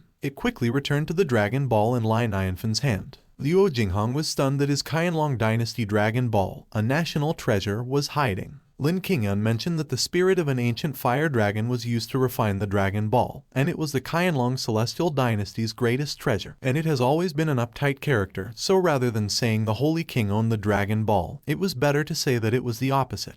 Luo Jinghong noted that the dragon only glanced at Li Nianfan for a split second, and he acted like a coward while Li Nianfan queried Luo Jinghong if the dragon just breathed fire, and stated that it was too fast that he couldn't see it properly. Luo Jinghong confirmed that Li Nianfan was right that the dragon could breathe fire, and Li Nianfan remarked that it was awesome. Lai Nianfan mentioned that the Dragon Ball should come on, and as he inquired if it could breathe fire again, he was amazed, and he added that it could give out little fireworks. He explained that last time they gave him a light bulb, and that time they gave him a lighter, so they, cultivators, have so many fun little things, and Luo Jinghong responded that it was whatever he likes. Lai Nianfan stated that he can't always accept their generosity without reciprocating in some ways, so he promised to do his best to make it up to them all next time. Everyone was startled when they heard what Lai Nianfan mentioned. Everyone thanked Lai Nianfan for his kindness. Lai Nianfan declared that in that case, he would apologize for bothering them all about Dai's medicine, and as he thanked them, Luo Jinghong remarked that he was too polite. Luo Jinghong announced that they will prepare the meds right away. Lai Nianfan watched as everyone quickly left. A few moments later, Lin Qingyan was back at the Lingan Immortal Pavilion. The members of the pavilion immediately stated that their saintess was back. Lin Qingyan suggested that they should bring all the elixirs of the pavilion right away, but the elder mentioned that they have too many elixirs, and if she wanted all of them there, it would take up to a few months to transfer. The elder inquired Lin Qingyan what difficulties she was facing and mentioned that he, an old man, would listen to her talk because those are far too many medications for the average person to handle, to which Lin Qingyan agreed that he was right. Lin Qingyan acknowledged that the elder's advice was correct and she wasn't clearly thinking at the time, so she would request him to bring only the very best, and that was it.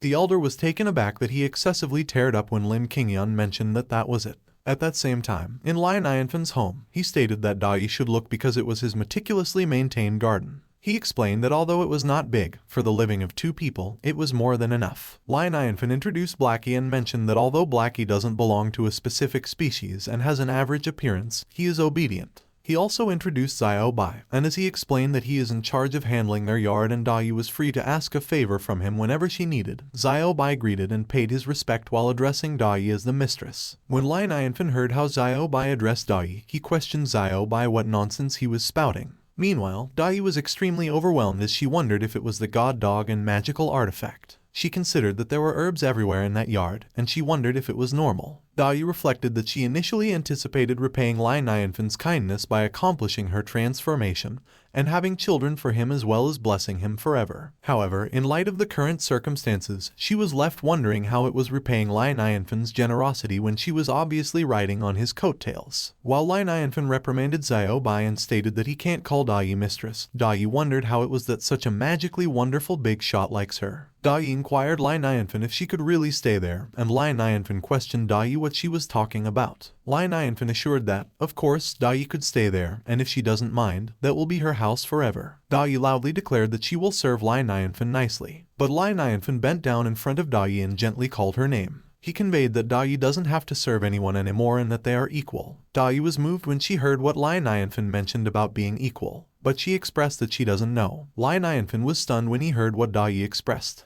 He felt how pitiful Dai was and that it was the sacrifice for building society. Lai Nianfan assured that Dai shouldn't worry because if she didn't know, he could teach her. A few moments later, Lai Nianfan set up a chessboard on the table. Lai Nianfan suggested that they should start with chess. Dai was completely clueless about what was happening. She inquired Lai Nianfan what it was. Lai Nianfan explained that it was chess and Dai thought that she knew it was chess, but she was wondering why they were playing suddenly. Lai Nianfan stated that the chessboard is an equal system for everyone, regardless of who sits on either side, whether it is the king playing with the homeless person or a teacher with a student. He mentioned that on the side of the board, there will be no more hierarchy, and it was the charm of that game. But Dai responded that she still doesn't know. Lai Nianfan asserted that playing games is the best way to improve relationships, so Dai should look and let him teach her. He placed a black piece on the board. At that moment, Dai's consciousness was brought to the board. Lai Nianfan explained that those were the rules. He mentioned that they should begin with the simplest one. Dai was startled when she heard that. Lai Nianfan placed a white piece on the board where Dai was, and she was minuscule compared to his hand and the white piece. Dai was horrified when she saw what was coming towards her. As Lai Nianfan placed the white piece on the board, Dai's form disappeared. Dai wondered if it was the truth of black and white yin-yang. She admitted that she was too stupid and failed to avoid the calamity during transformation, and it was for that reason that Lai Nianfan used chess to teach her the truth. Dai remarked that Lai Nianfan's generosity towards her continues to grow. Meanwhile, Lai Nianfan stated that as Dai could see, a straight line had been formed by the 5 black pieces, so the black had won the game. He asked Dai if she wanted to try the game, but he was surprised when he saw her and inquired why she was crying. Dai thanked Lai Nianfan and stated that she understood, so she will listen to his advice and try it again, cultivating. Dai expressed her gratitude to Nianfan for his kindness. Nianfan pondered what Dai was doing again, and as he inquired if she didn't believe that everyone should receive equal treatment, he responded that she shouldn't try to shock him all the time, and that she didn't have to bow down to him. Dai mentioned that it is impossible to repay Nianfan's generosity, so she is prepared to serve him for the rest of her life, and she is willing to live in incessant slavery as she could do anything. Something snapped in Nianfan when he heard what Dai stated. Dai's words about serving the master, living in incessant slavery, and doing anything filled Nianfan's mind. Nianfan reflected that he should hold on, as it was a trial from God. He remarked that even though he believes that equality is better if Dai insists, he would be happy to go along with her. On the other hand, Blackie and Bai observed Nianfan from the sidelines. The two of them wondered if what Nianfan expressed sounded like something a human would say. The next morning, the sun shone brightly in the sky. The forest was at peace and birds were resting by the tree branch. Nianfan mentioned that he should go for a walk and gather some wild vegetables to make dumplings for Dai. Suddenly, he noticed Minglang. Minglang was quietly sitting on the rock outside his house. Nianfan questioned why the scholar was in front of his door. Suddenly, he realized something. Nianfan sensed that Minglang didn't seem to notice him. Suddenly, Minglang acknowledged Nianfan. He quickly greeted Nianfan with a good morning. Nianfan inquired why Minglang was in a daze, and Minglang explained that the couplet outside Nianfan's door had piqued his interest, and he didn't think that he would bother Nianfan. The couplet reads, "I'm here to seek longevity and I've come to the mortal world." Nianfan recalled that when he wrote that sentence, he believed he was experiencing brain fade. He mentioned that Minglang shouldn't take it too seriously because he was just scribbling. But Minglang disagreed and stated that he came there to seek guidance because he was stumped on something. Minglang noted that before they even met, Nianfan had the answer scrawled on the door, and he had learned something. He added that he has gained substantial benefits from that encounter, despite its triviality. Minglang stated that as advised by Nianfan, he will diligently observe everything around him, whether it is the ants or the stars. Nianfan quickly went back inside and mentioned that he should stay far from the eye to be far from the heart. Meanwhile, Minglang just noticed that Nianfan went back inside. He smiled and let out a sigh. Minglang went to sit back on the rock. He continued to sit there and stare at Nianfan's door. Minglang sat there as the sun continued to rise up to the sky. A few moments later, the sun began to set. Luo Jinghong announced that he has finally collected all the elixirs in the Qianlong Celestial Dynasty, and that they must be the first ones to give to Nianfan. Suddenly, Luo Shiyu inquired what it was, and Luo Jinghong explained that there was a demon Kai in front. Luo Shiyu indicated that it was the direction in which Nianfan is. Luo Jinghong revealed that the demon Kai was a pair of demon king level monsters, so he was afraid that they were there to find the demon fox's inner pill, and it would be bad if it caused Nianfan any distress. And when Luo Shiyu heard that they were two demon king level monsters, she questioned if it was possible to stop them with their own power. Luo Jinghong stated that they have to try their very best. On the other hand, the wolf demon remarked that he could smell the scent of the nine-tailed fox. He added that she was in Nianfan's yard. The bull demon expressed disbelief that Dai dared to transform, and it was a piece of cake to find it. The wolf demon mentioned that when Dai had 7 tails, she escaped. But at that time, she would not be so fortunate. The bull demon suggested that since Dai was sick, they should take her life at that moment. The two demons began to approach Nianfan's residence. The two of them continued to walk, and they went past Minglang. Suddenly, the two demons noticed Minglang and looked back. The two demons stared at Minglang. Minglang stared right back at them. The bull demon questioned where the stranger, Minglang, came from. The wolf demon suggested that the bull demon should never mind because seizing Dai is more important at the moment. Suddenly, Minglang stated that they should stop. He explained that it was not a place the demons should come to and it was never too late to mend, so they should leave immediately. The two demons were taken aback by what Minglang mentioned. They thought that a mere mortal that has an ant-like existence was really courting death. Minglang continued to sit on the rock even when he saw that the demon's attack was coming at him. He remained unfazed as the powerful attack barely missed him and went past him. Minglang just stared back at the demons and remained silent. The bull demon scoffed and stated that Minglang got scared, while the wolf demon remarked that Minglang was really crazy. The two of them turned around to continue approaching Nianfan's residence. Minglang let out a sigh of disappointment. He mentioned that they were stubborn monsters. Minglang stated that it was the holy land of Nianfan. He added that the two filthy monsters have no right to defile it. The fox demon revealed that he was thinking of sparing Minglang's life, but he kept on babbling like a fly. He asked Minglang if he wanted to die and stated that he should tell it straight to his face. Minglang just walked gracefully to avoid the fox demon's attack without even looking at it. He stared straight at the two demons. On the other hand, the two demons wondered how it was possible. Minglang stood in front of the demons and faced them. He declared that ashes to ashes and dust to dust. Suddenly, dark clouds began to gather and a powerful lightning bolt struck the area. The bull demon protested, while the fox demon admitted that he was wrong and requested that Minglang spare his life. But Minglang created a powerful tornado of aura and struck the two demons. A few moments later, smoke wafted out of the demons' bodies as they got flattened on the ground. The two demons were trembling in pain on the ground, and they reverted to their original animal forms. Minglang remarked that it was not easy for an animal to cultivate into an excellent monster, and it was too bad that they went the wrong way. He stated that they shall start over again. Minglang looked up with pensive eyes. He glanced at Lai Nianfan's door one more time. Minglang bowed in front of Lai Nianfan's door. He walked away and left the animals behind. Luo Shiyu and Luo Jinghong arrived at Lai Nianfan's residence. Luo Jinghong inquired Luo Shiyu if she saw what happened, and Luo Shiyu stated that she saw it. Luo Shiyu mentioned that Minglang took down the Demon King level monsters in just 2 seconds. The two of them were startled when Minglang continued to walk towards them. Minglang inquired if they were both Lai Nianfan's guests. Luo Shiyu and Luo Jinghong both respectfully greeted Minglang. Minglang expressed that he was envious of all of them for being able to be Lai Nianfan's honored guests, because he was never invited in, and perhaps it was because he was dim-witted. He stated that each of them should appreciate it, and Luo Jinghong noted that they will keep that in mind. Suddenly, Luo Shiyu noticed that Minglang was barefoot. She inquired where Minglang was going, and Luo Jinghong remarked that she shouldn't be rude. Minglang declared that he intends to follow the journey to the west story all the way to the west, and while gaining a better understanding of heaven and earth, he will spread the truth behind it. Luo Shiyu questioned why Minglang was not wearing shoes if he intended to go so far. Minglang explained that by bringing both feet into contact with the earth, he could improve his integration between heaven and earth. In an instant, Minglang disappeared. Luo Shiyu mentioned that Minglang is a weird person, but Luo Jinghong remarked that perhaps, unlike them, Minglang was not practicing cultivation. Luo Jinghong suggested that Minglang could be practicing the truth. A few moments later, Lai Nianfan was surprised when he heard what Luo Jinghong and Luo Shiyu mentioned. He inquired if they met Minglang at the door. Lai Nianfan questioned if Minglang really spent the entire day sitting in front of the door, and Luo Jinghong stated that he believed that Minglang was responsible for revising Journey to the West for Lai Nianfan, so he was truly gifted. But Lai Nianfan declared that Minglang was just a nerd.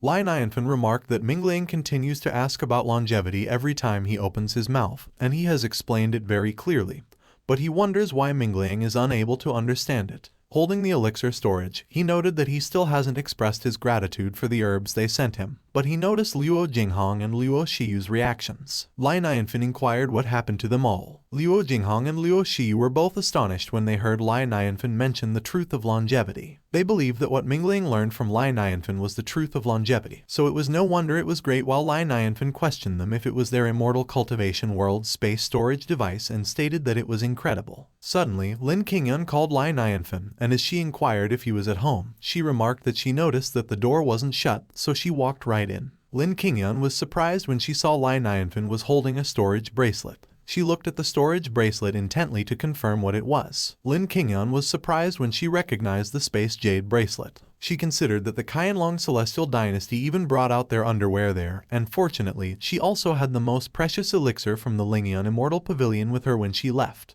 Lai Nianfan mentioned that Lin Qingyun was there, and Lin Qingyun explained that she was there to give him the elixirs she promised. She proudly brought her hand close to her chest. Tiny twinkling items started to surround Lin Qingyun's hand. Lin Qingyun extended her hand, and the items expanded and floated around her. Both Luo Jinghong and Luo Shiyu were blinded by the light the items created. Lin Qingyun stated that it was not bad and that it was the top-level elixir. She explained that the elixirs of the immortal cultivation world are divided into primal level, mid-level, advanced level, and top level, and the top-level grade is the congenital elixirs. Further up is the innate spiritual root, which is only found in heaven. Lin Qingyun added that people who could take out the strength of those 16 elixirs at once could be counted on the fingers. Meanwhile, Luo Jinghong and Luo Shiyu believed that Lin Qingyun was in pain until she vomited blood. Lai Nianfan was amazed, and he remarked that it was like those props in RPG games, and they were pretty. Suddenly, Bai Wuchen and Zhao arrived and mentioned that they had brought some too. Zhao stated that the heritage of their sword sect is not comparable to the Qianlong Celestial Dynasty and Lingan Immortal Pavilion, and the elixir they have is insignificant in comparison. He explained that he brought a seed and that his patriarch went to an ancient secret realm and got it by luck.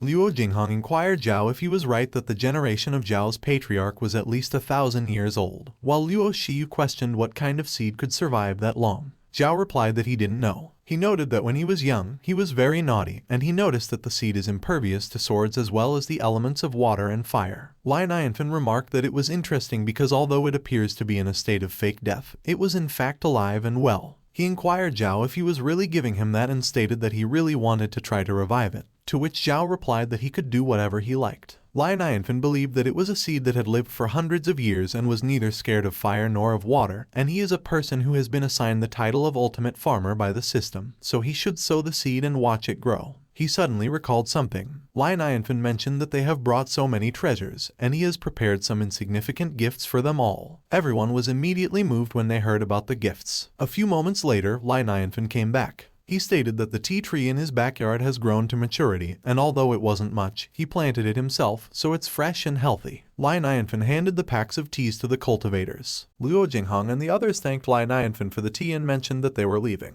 Suddenly, all their smiling faces turned dark. Each of them assumed that the tea was a valuable thing, and it would be a tragedy to have it coveted. The 5 cultivators quickly left Nianfan's house. Nianfan remarked that immortal cultivators could fly so fast like an airplane, which is amazing. Dai believed she heard Nianfan mention Fei chicken, and she wondered if it was a chicken. Nianfan laughed and teased that Dai's dad joke is cold. He added that Dai arrived just in time because Lin Qingyan and the others had brought a lot of elixirs. Nianfan explained that he has picked the ones that could help with Dai's injury and will plant the remainder in his backyard because those medicines are gleaming and must look fantastic when used as a decoration. Dai was confused when she heard what Nianfan mentioned about planting the elixirs and using them as a decoration. Nianfan urged Dai to look at how beautiful they were. Dai seemed to have recognized the elixirs Nianfan was showing to her. She pointed out that those are the top-level elixirs, and the rise and fall of such elixirs is entirely dependent on God's will. She warned that those elixirs will be damaged if the planting method is wrong.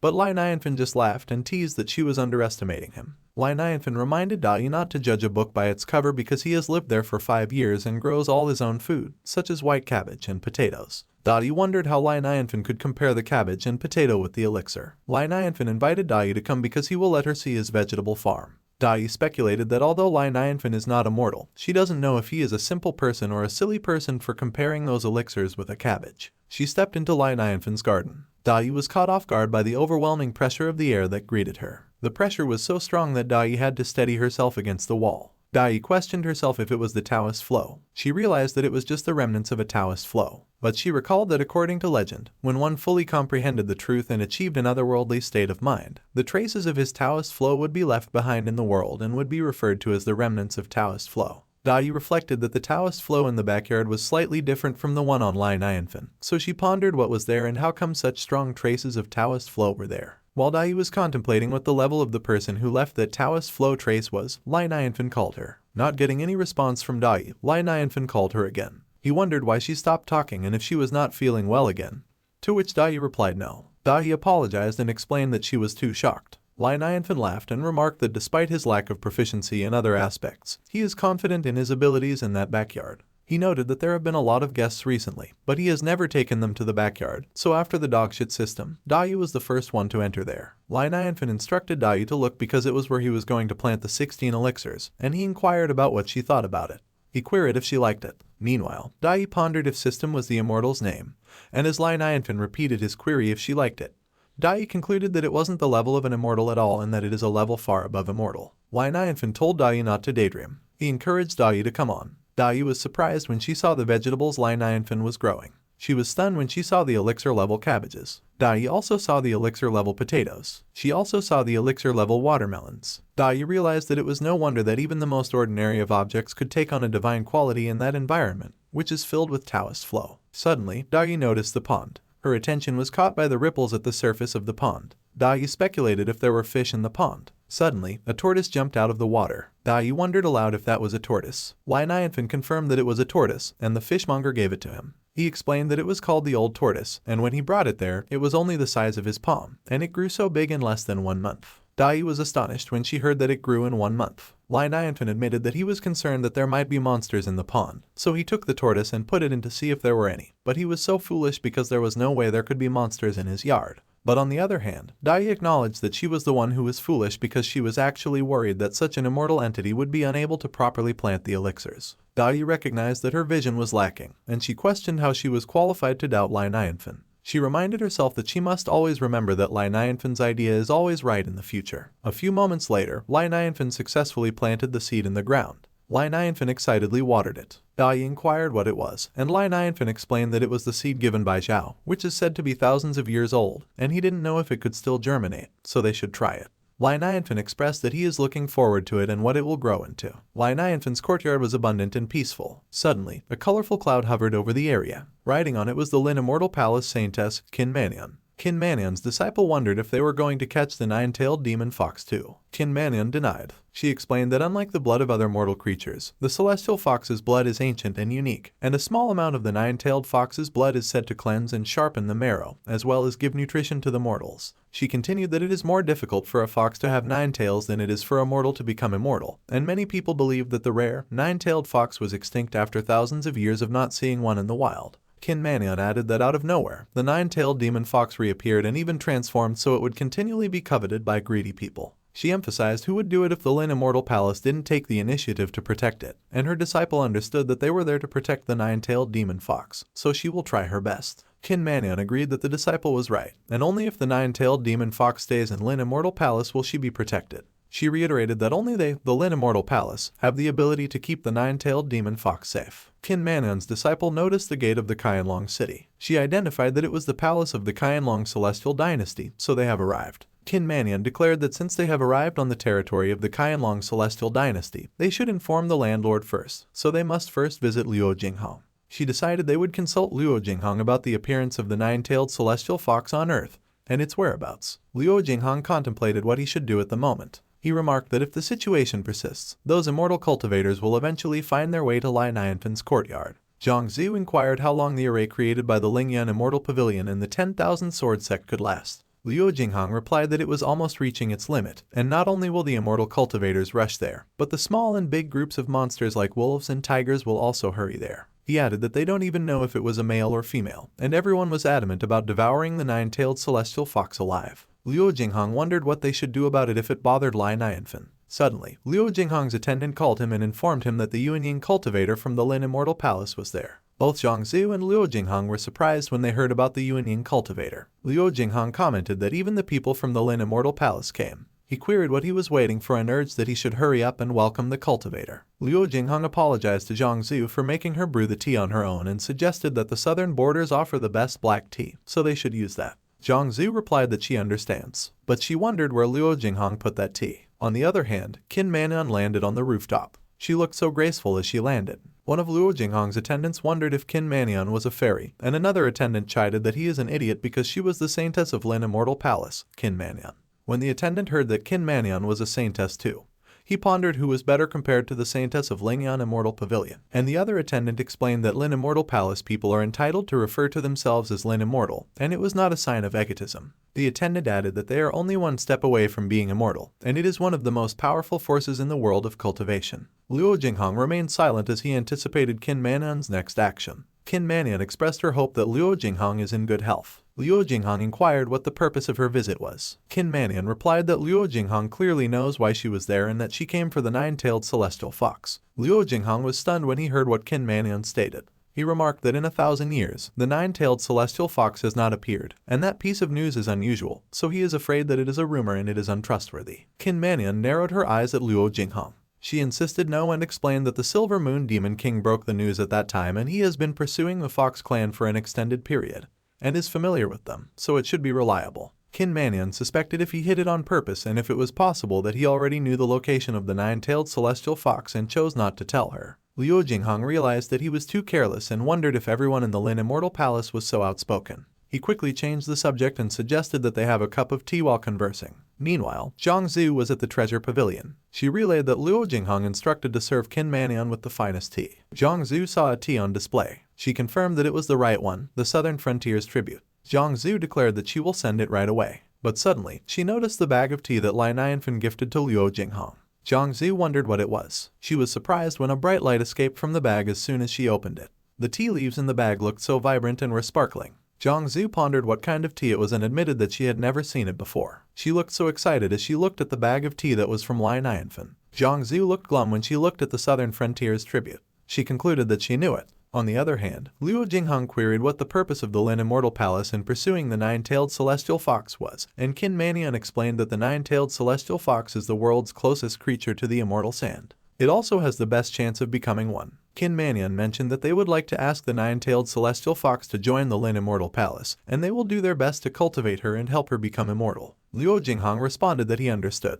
Qin Manian reassured that Luo Jinghong shouldn't worry because they don't have any bad intentions towards the nine-tailed celestial fox, but there are just some situations to which Luo Jinghong interjected if she was talking about the road. Qin Manian confirmed yes and clarified that they don't know when the road to immortality has been cut off, and no one, not even Lin Immortal Palace, has been able to attain immortality for a long time. She emphasized that the appearance of the nine-tailed fox is very important to them because if the road to immortality could be restored, it would be a blessing to thousands of immortal cultivators in their world. Luo Jinghong acknowledged that he assumed so too, that the road to immortality had been cut off. But he reflected that 2 days ago, he met an entity who was more extraordinary than the Immortals, so if the road to immortality was already cut off, he pondered where Nianfan came from. Luo Jinghong wondered if Qin Manian would still dare to approach if he told her that the nine-tailed celestial fox is by Nianfan's side. But he reasoned that Lin Immortal Palace is still incomparable to Nianfan. Noticing Luo Jinghong's expression, Qin Manian urged that he be serious, and she mentioned that the 2 Demon King level subordinates of the Silver Moon Demon King disappeared while searching for the nine-tailed celestial fox, so he was now sending more people to look for her. Qin Manian warned that if the Silver Moon Demon King found the nine-tailed celestial fox first and swallowed her demon pill, not only would there be no nine-tailed celestial foxes left in the world at that time,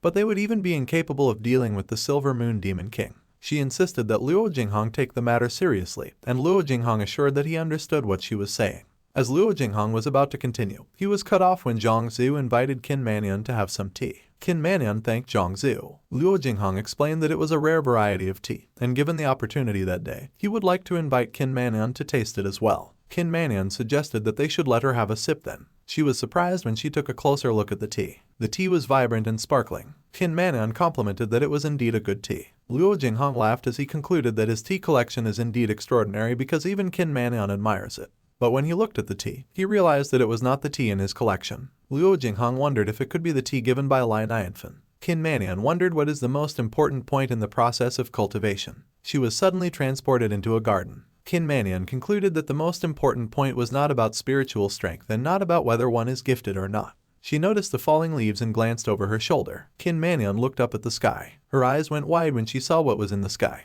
Qin Manian realized that the most important point was about understanding the truth. She remarked that only by understanding the truth could one break through the bottleneck. Qin Manian mentioned that what represents a bottleneck for most of the immortal cultivators is their lifetime. She woke back up in reality. Qin Manian wondered what kind of tea it was and observed that it only required a cup of tea to get a glimpse of the truth, and the best tea of Lin Immortal Palace pales in comparison to that one. She called Luo Jinghong and indicated that she wanted to inquire about the tea. Qin Manian pondered why Luo Jinghong had such a scowling expression. Luo Jinghong demanded where she found the tea. Zhongzhu stated that she found it in the corner of the treasure trove, and she was worried that Luo Jinghong tucked it so deep that he forgot he even had it. But Luo Jinghong explained that he hid it there on purpose. Luo Jinghong complained that Zhongzhu was the black sheep of their family. He explained that the tea was a gift from Nianfan, and he was reluctant to drink it because it is a priceless tea. Luo Jinghong emphasized that it was his lifeline. Qin Manian just calmly watched Luo Jinghong while he had a breakdown. She reassured Luo Jinghong that there was no need for him to be frantic because it was indeed a good tea, and Lin Immortal Palace will always remember his kind deed.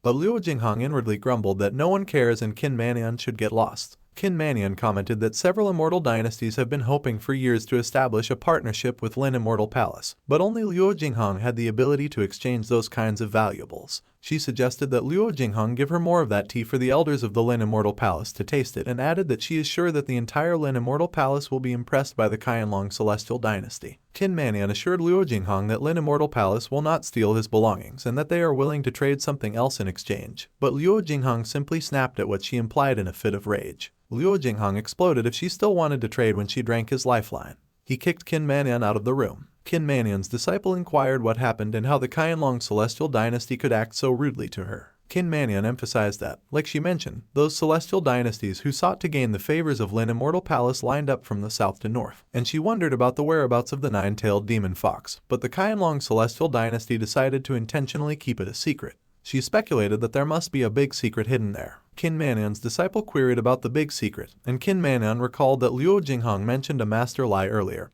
and added that the precious tea was given by him. Qin Mannion ordered that they should send all the informants of Lin Immortal Palace out to find Master Lai immediately. She scoffed at what kind of secret the mere Qianlong celestial dynasty could hide in front of her. Suddenly, Luo Shiyu advised Qin Mannion to think twice. Qin Mannion immediately recognized Luo Shiyu. Luo Shiyu explained that she knew that once Qin Mannion began to do something, she would continue to do so until she achieved the desired result. And since she was aware of Lai Nianfan's presence, it was only a matter of time before she discovered his identity. Qin Mannion conceded that indeed Luo Shiyu knows her well, but Luo Shiyu countered that it was just that since Qin Mannion tasted the tea, as she might guess, Lai Nianfan is not her average person. Qin Mannion fell silent, and she listened intently to Luo Shiyu. Luo Shiyu warned that if Qin Mannion acts rashly, not only will the Qianlong celestial dynasty be destroyed, but Lin Immortal Palace won't escape it either. Qin Mannion doubted if that bluff wasn't a little extreme, but Luo Shiyu confessed that, to be honest, the nine-tailed celestial fox has also been rescued from the catastrophe by Lai Nianfan, so Qin Mannion doesn't need to worry anymore. When Qin Mannion heard that Lai Nianfan saved a person from the catastrophe, she questioned how that was possible, what the level of that big shot was, and if Lai Nianfan was an immortal. Luo Shiyu clarified that Lai Nianfan is not an immortal but an entity beyond immortal.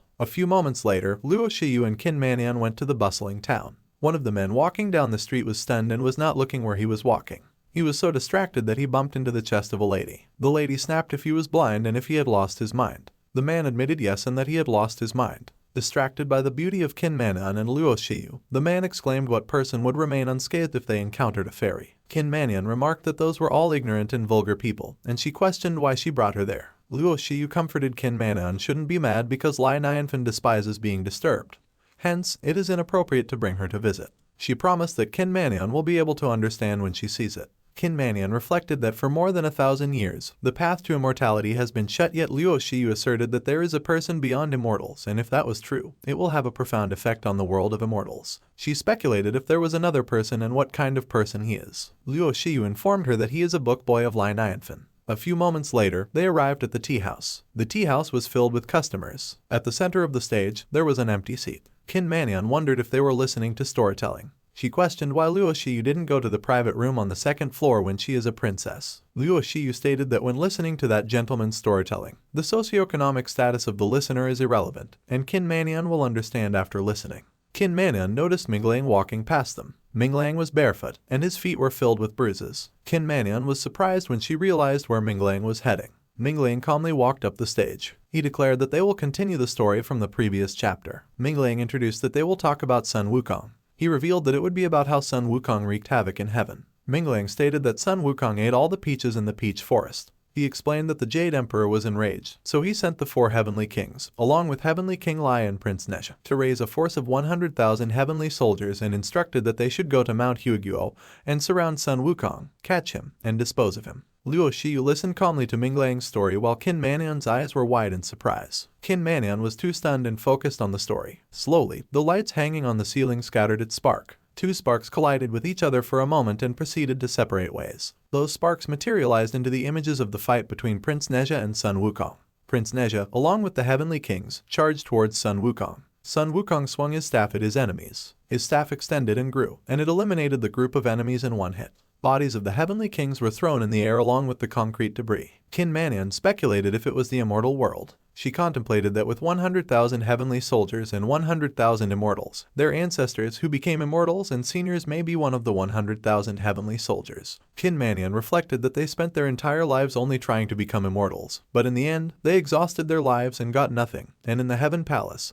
someone turned into an immortal by eating peaches. She realized that although she considered herself superior, in the eyes of the immortals, she was just an ant. Qin Mannion recognized that she hadn't given much consideration to how vast the earth is, and if she continues to be aloof and haughty, she is scared that she will blow the opportunity to become immortal in that lifetime. She remarked that even a book boy has such insights and wondered what sort of existence Lai Nianfan is. A few moments later, Minglang's performance at the tea house ended. Minglang was packing his scroll so he could leave. Noticing Qin Mannion, Minglang inquired what the matter was. Qin Mannion explained that she is a little girl who had doubts in her heart and hoped that Minglang could enlighten her. Minglang replied that he is an ordinary person, a poor scholar, and Qin Mannion is a cultivator, so calling him a senior doesn't make sense, but if she has questions, they should discuss it. Qin Mannion politely inquired if she could know why the path to immortals was cut off. She wondered if it was still possible for them to become immortals through cultivation in that lifetime. Minglang fell silent for a moment as he studied Qin Mannion. He suggested that Qin Mannion should take a look. Mingling probed if she imagined that those mortals who get up to work at sunrise and retire at sunset have a chance to become immortal. Qin Manyan explained that there are 3 elements of immortality. One is spirituality, the other is talent, and the third is understanding of truth. And ordinary mortals tend to become caught up in the rat race of daily life, losing their spirituality and so losing their qualifications. She realized when she uttered the word qualifications. Mingling confirmed yes, that it was qualifications. He explained that heaven and earth have their own rules, and only those who make the rules decide who is immortal and who is mortal, so there was no way mortals could understand.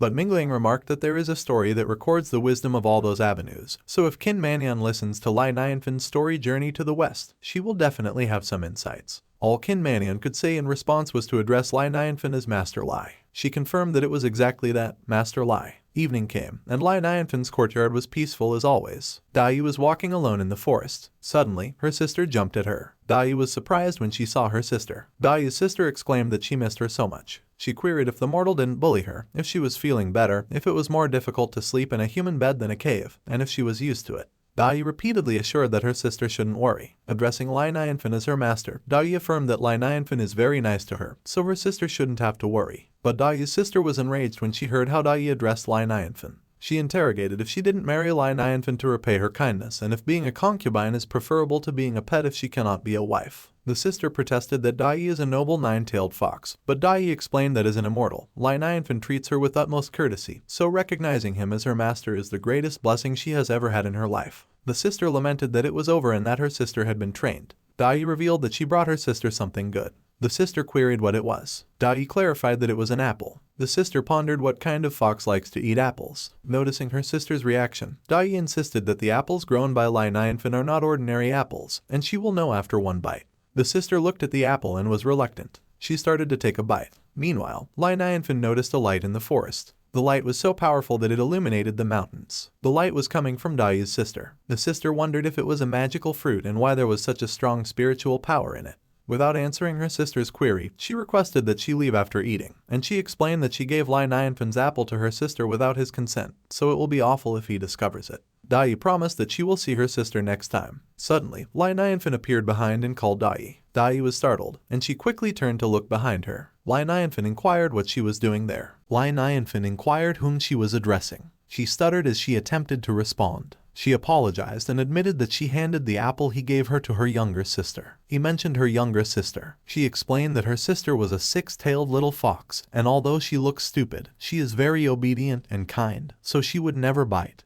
And she came there because she was worried about her. He questioned whether it was a fox. He wondered why she fed the fox an apple and mentioned that a fox is a carnivorous animal, so it cannot satisfy physiological needs without eating meat. She should remember next time to bring her some meat. They still have the tiger and leopard given by Bai Wuchen and the others. She wondered if he was not angry with her. He clarified why he would be angry and remarked that he thinks girls who like cute animals are also cute. He also rescued a little fox with several tails a few years ago. He questioned whether it was the same fox as her sister. She appeared surprised. He remarked that it is said that foxes understand human nature, so maybe she came to him to repay his kindness, perhaps wanting to become a beautiful girl to serve him or something. He laughed and clarified that he was just joking, but they, girls, are really interesting, always liking to treat small animals as siblings. Dai was speechless. She realized that he must have seen through her true self, and he must be giving her hints by making those remarks, to let her sister also transform into human form and come to serve him with her. She pondered if that would be the case, her sister would receive the greatest blessing.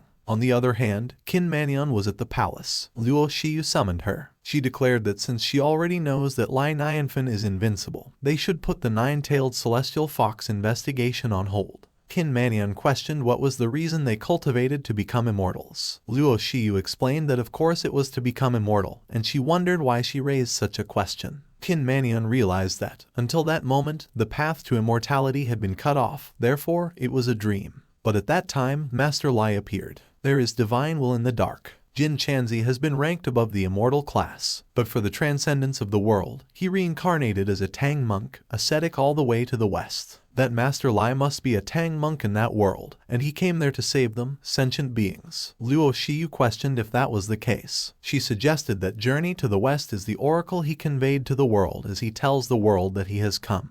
and Luo Shiyu remarked that it seemed to make sense. Qin Manian wondered why she didn't take her to him, and questioned if she was still going to see him after everything she revealed and if she didn't mention that he likes quietness. Qin Manian declared that she knows everything will come to an end if he isn't pleased, but in the end, it was what she had been working towards throughout her life, immortality. Luo Shiyu reminded that she shouldn't involve them when the world is coming to an end.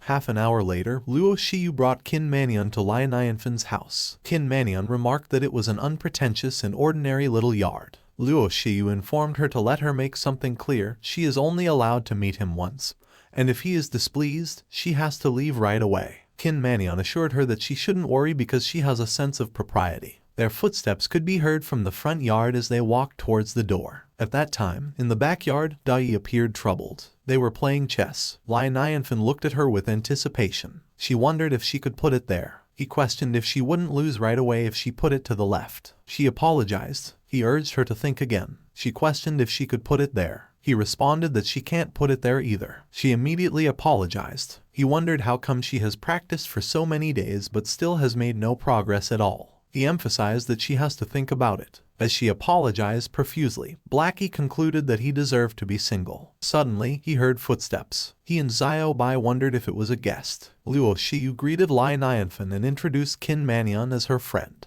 He was speechless. He speculated if it was cosplay. He remarked that Qin Manian's attire is quite interesting, while Luo Shiyu apologized that they were bothering him again and hoped that he would not mind them. He questioned why she mentioned that she was a bother and explained that he always welcomes her there because he is addicted to chess at the moment, so he wanted to find a playmate. Luo Shiyu and Qin Manian immediately urged that he inform them if he has any orders. He repeatedly clarified that it was not that extreme. There was no way he could give orders, but he has had a little trouble recently, and he wondered if they have any solution to it. They reassured him that he is free to give them any order. He advised that they should stop teasing him. Monsters and cultivators actually seemed to be flying around there frequently lately, making noises. It was so scary that he didn't even dare to go out. They are in a prominent position, and he asked if they could help him find out what was going on. Luo Shiyu guessed that it was those who were looking for the nine-tailed celestial fox, and with the power of the 10,000 sword sects and Lingan Immortal Pavilion, they could only block the fox hunters with low cultivation.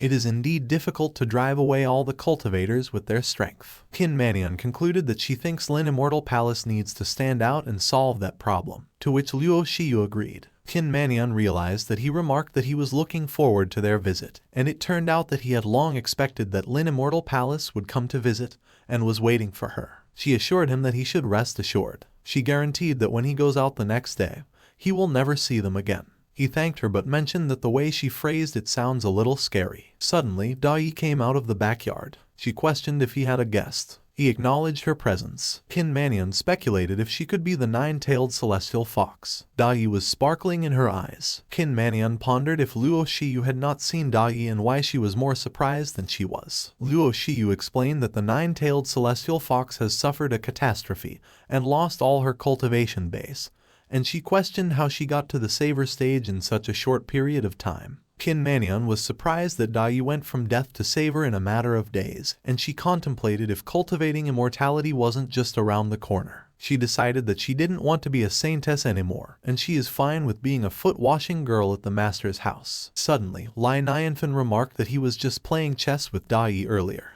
and wondered if they were both interested in a round. They were taken aback by his invitation. He explained that Dai is new to chess, so they should play and demonstrate to her. Qin Manian agreed okay while reflecting that she had been a smart girl since she was a child and she could play zither, chess, write calligraphy, and read well. There are only a few people who could beat her in the Lin Immortal Palace. She speculated if it would make him unhappy if she accidentally defeated him and resolved that she should just fake some mistakes and let him be. A few moments later, she saw that the words heaven and earth were engraved in the chessboard. She questioned if it was a chess game or a debate on the truth. Lai Nianfan invited her to move first. She gracefully agreed. She picked up a white chess piece. She placed it on the board. She was startled when she was transported to a different space. She wondered where it was. She saw Lai Nianfan's gigantic hand placing his black piece towards her. She was too stunned to move. He slammed the piece against the board. She was squashed by the piece. The game progressed, and he was contemplating deeply about his next move. He placed his black piece on the board again. but the way he placed it doesn't seem ordinary, as a powerful aura surged out of the piece. Meanwhile, in the other space, Kin Manion was dodging each of his moves. She realized that it wasn't a chess game but a learning to understand heaven and earth. He demonstrated the truth of heaven and earth in front of her eyes, and it was a great opportunity. She murmured that she didn't know how much of her weak body could carry that knowledge. But she is the saintess of Immortal Palace, so she must persevere. More black pieces were thrown at her. She made her move and put her white piece on the board. Suddenly, blood spurted out of her mouth. Nianfan inquired if she was all right. She admitted that he is very good at chess, and she is amazed by his skills. She was a little girl who was always proud of her own skills and assumed she was good at chess.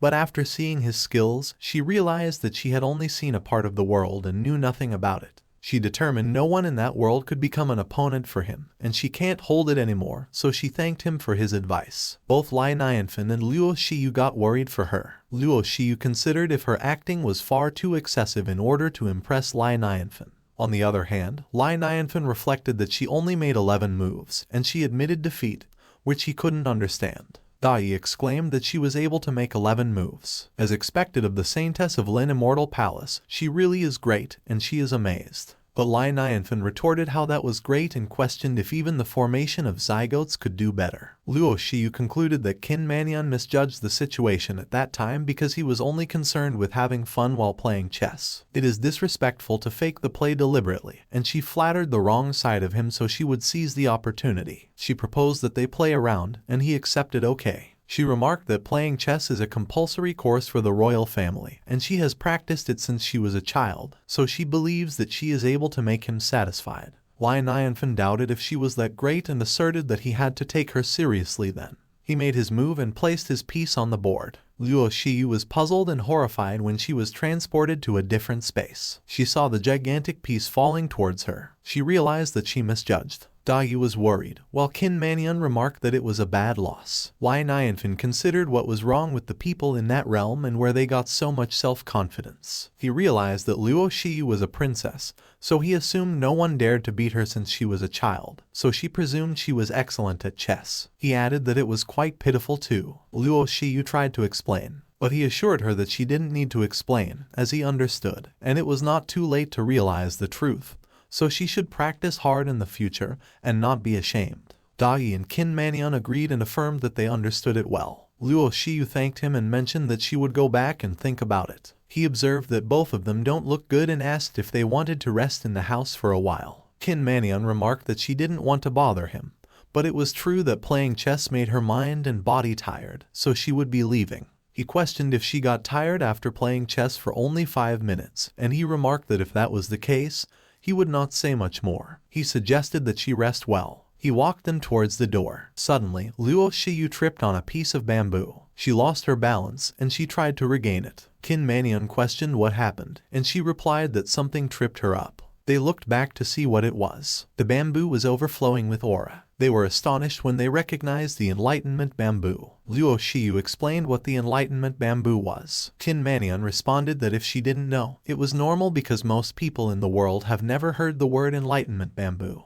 But when it comes to it, Immortal Palace couldn't be more familiar. It is a rare opportunity, so she will give her an explanation. But as she was about to explain, Nianfan interrupted, questioning why the firewood fell there and if it tripped them up. They were surprised when they heard him claim that it was firewood. He clarified that he is going to use it for cooking. It was good stuff, as the firewood rice cooked from that is much more delicious than from the rice cooker, and they shouldn't look at him like that because he is very resolute about the quality of life. Luo Shiyu wondered if the enlightenment bamboo was used like that normally. Kin Manion refuted that it was impossible. There was a legend saying that someone attained enlightenment under the Bodhi tree and ascended to heaven. The Bodhi tree becomes Taoism and soon, a holy tree. Although the enlightenment bamboo isn't as good as the Bodhi, it is still a rare item. If there isn't a master who repeatedly enlightens the Tao by the bamboo side, the Taoist flow will go haywire. One would question how bamboo could gain consciousness and cultivate into Taoism. Kin Manion continued that for thousands of years, no one has become immortal, and the enlightened bamboo has become a legend. If Immortal Palace didn't have at least one on hand, she wouldn't have known that such magical wood existed in the world.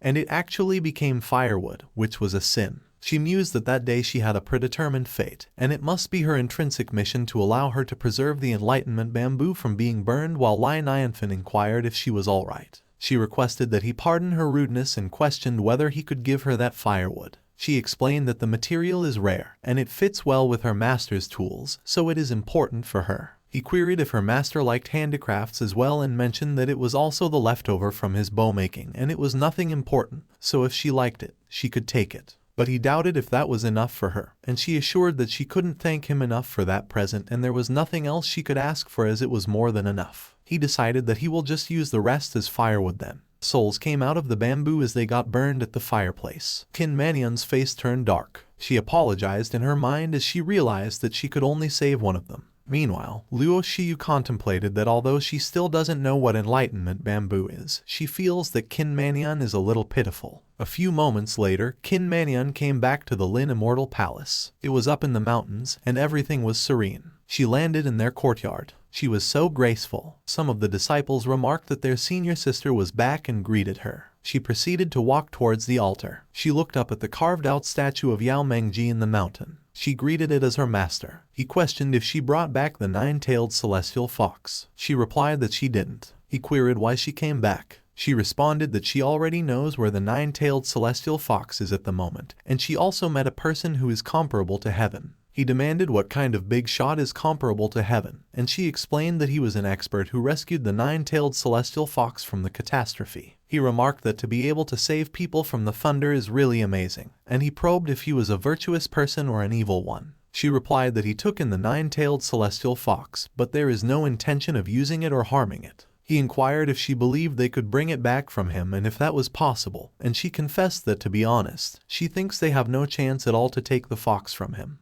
Yao Mengji was silent for a moment. He concluded that since he has no bad intentions, they should leave it that way. She must be tired from her trip too, so he requested that she take a good rest. She thanked him and questioned if it was true that the celestial heart zither is broken as he stated before. He affirmed that it was right and it is made of the enlightenment bamboo, so since it was broken, he is afraid that it would be impossible to repair it. She queried if there was any possibility of repairing it if she found the enlightenment bamboo. He emphasized that he knows she is loyal, but there is only one enlightenment bamboo in that world, and it was owned by their ancestor by luck, but it was also badly damaged when it was brought back. If not, it wasn't something that would be broken after only a few thousand years, so she better put some thought into it. She wondered aloud if that bamboo was the enlightenment bamboo. He paused for a moment. He repeatedly confirmed that it was the enlightenment bamboo. He noted that it was short, wondered why it was a little burnt there and if it was also struck by thunder, and observed that the cross-section seemed to have been chopped with a hatchet. But it was indeed an enlightenment bamboo, and it was much better than their ancestors' one. God bless Lin Immortal Palace because for thousands of years they have been admired by people, and no one dared to upset them thanks to their cultivation-based leading and the blessing of the celestial heart zither. It is one of the treasures that is closest to immortals in the world, and with it in hand, the battle power of the owner will increase dramatically. It doesn't matter if it's a big or small sect, the celestial dynasties, or the demon king, all of them respect them. Since the road to the immortal world is cut off and it was broken, they were facing some serious crisis. But with that bamboo, he is certain that no one will dare to be their enemy in the future. He queried where she got it, and she answered that she got it from an expert. That expert wanted to use it as firewood. He confirmed whether he was using it as firewood. She affirmed yes, and he has many enlightenment bamboos. He reconfirmed if there were many. She confirmed yes, and he uses them as firewood. He looked so menacing as he summoned her, and she awaited his instructions. He commanded that she must be courteous and not neglect that expert. Kinmanian briefed Yao Mengji on how things happened, and she conveyed that Nianfan also had some orders for her. He prompted her to explain quickly what it was. She relayed that the first order was because of the appearance of the nine-tailed celestial fox. Several immortal cultivators have been appearing near the place where he is staying, and it has annoyed him a lot. So she wanted them to think of a way to solve the issue. He wondered if the expert wanted them to kill them all. She replied that he is a good man, so she assumes he just wanted them to drive them away and not to hurt them. He acknowledged that it is not easy, but they will get it done anyway.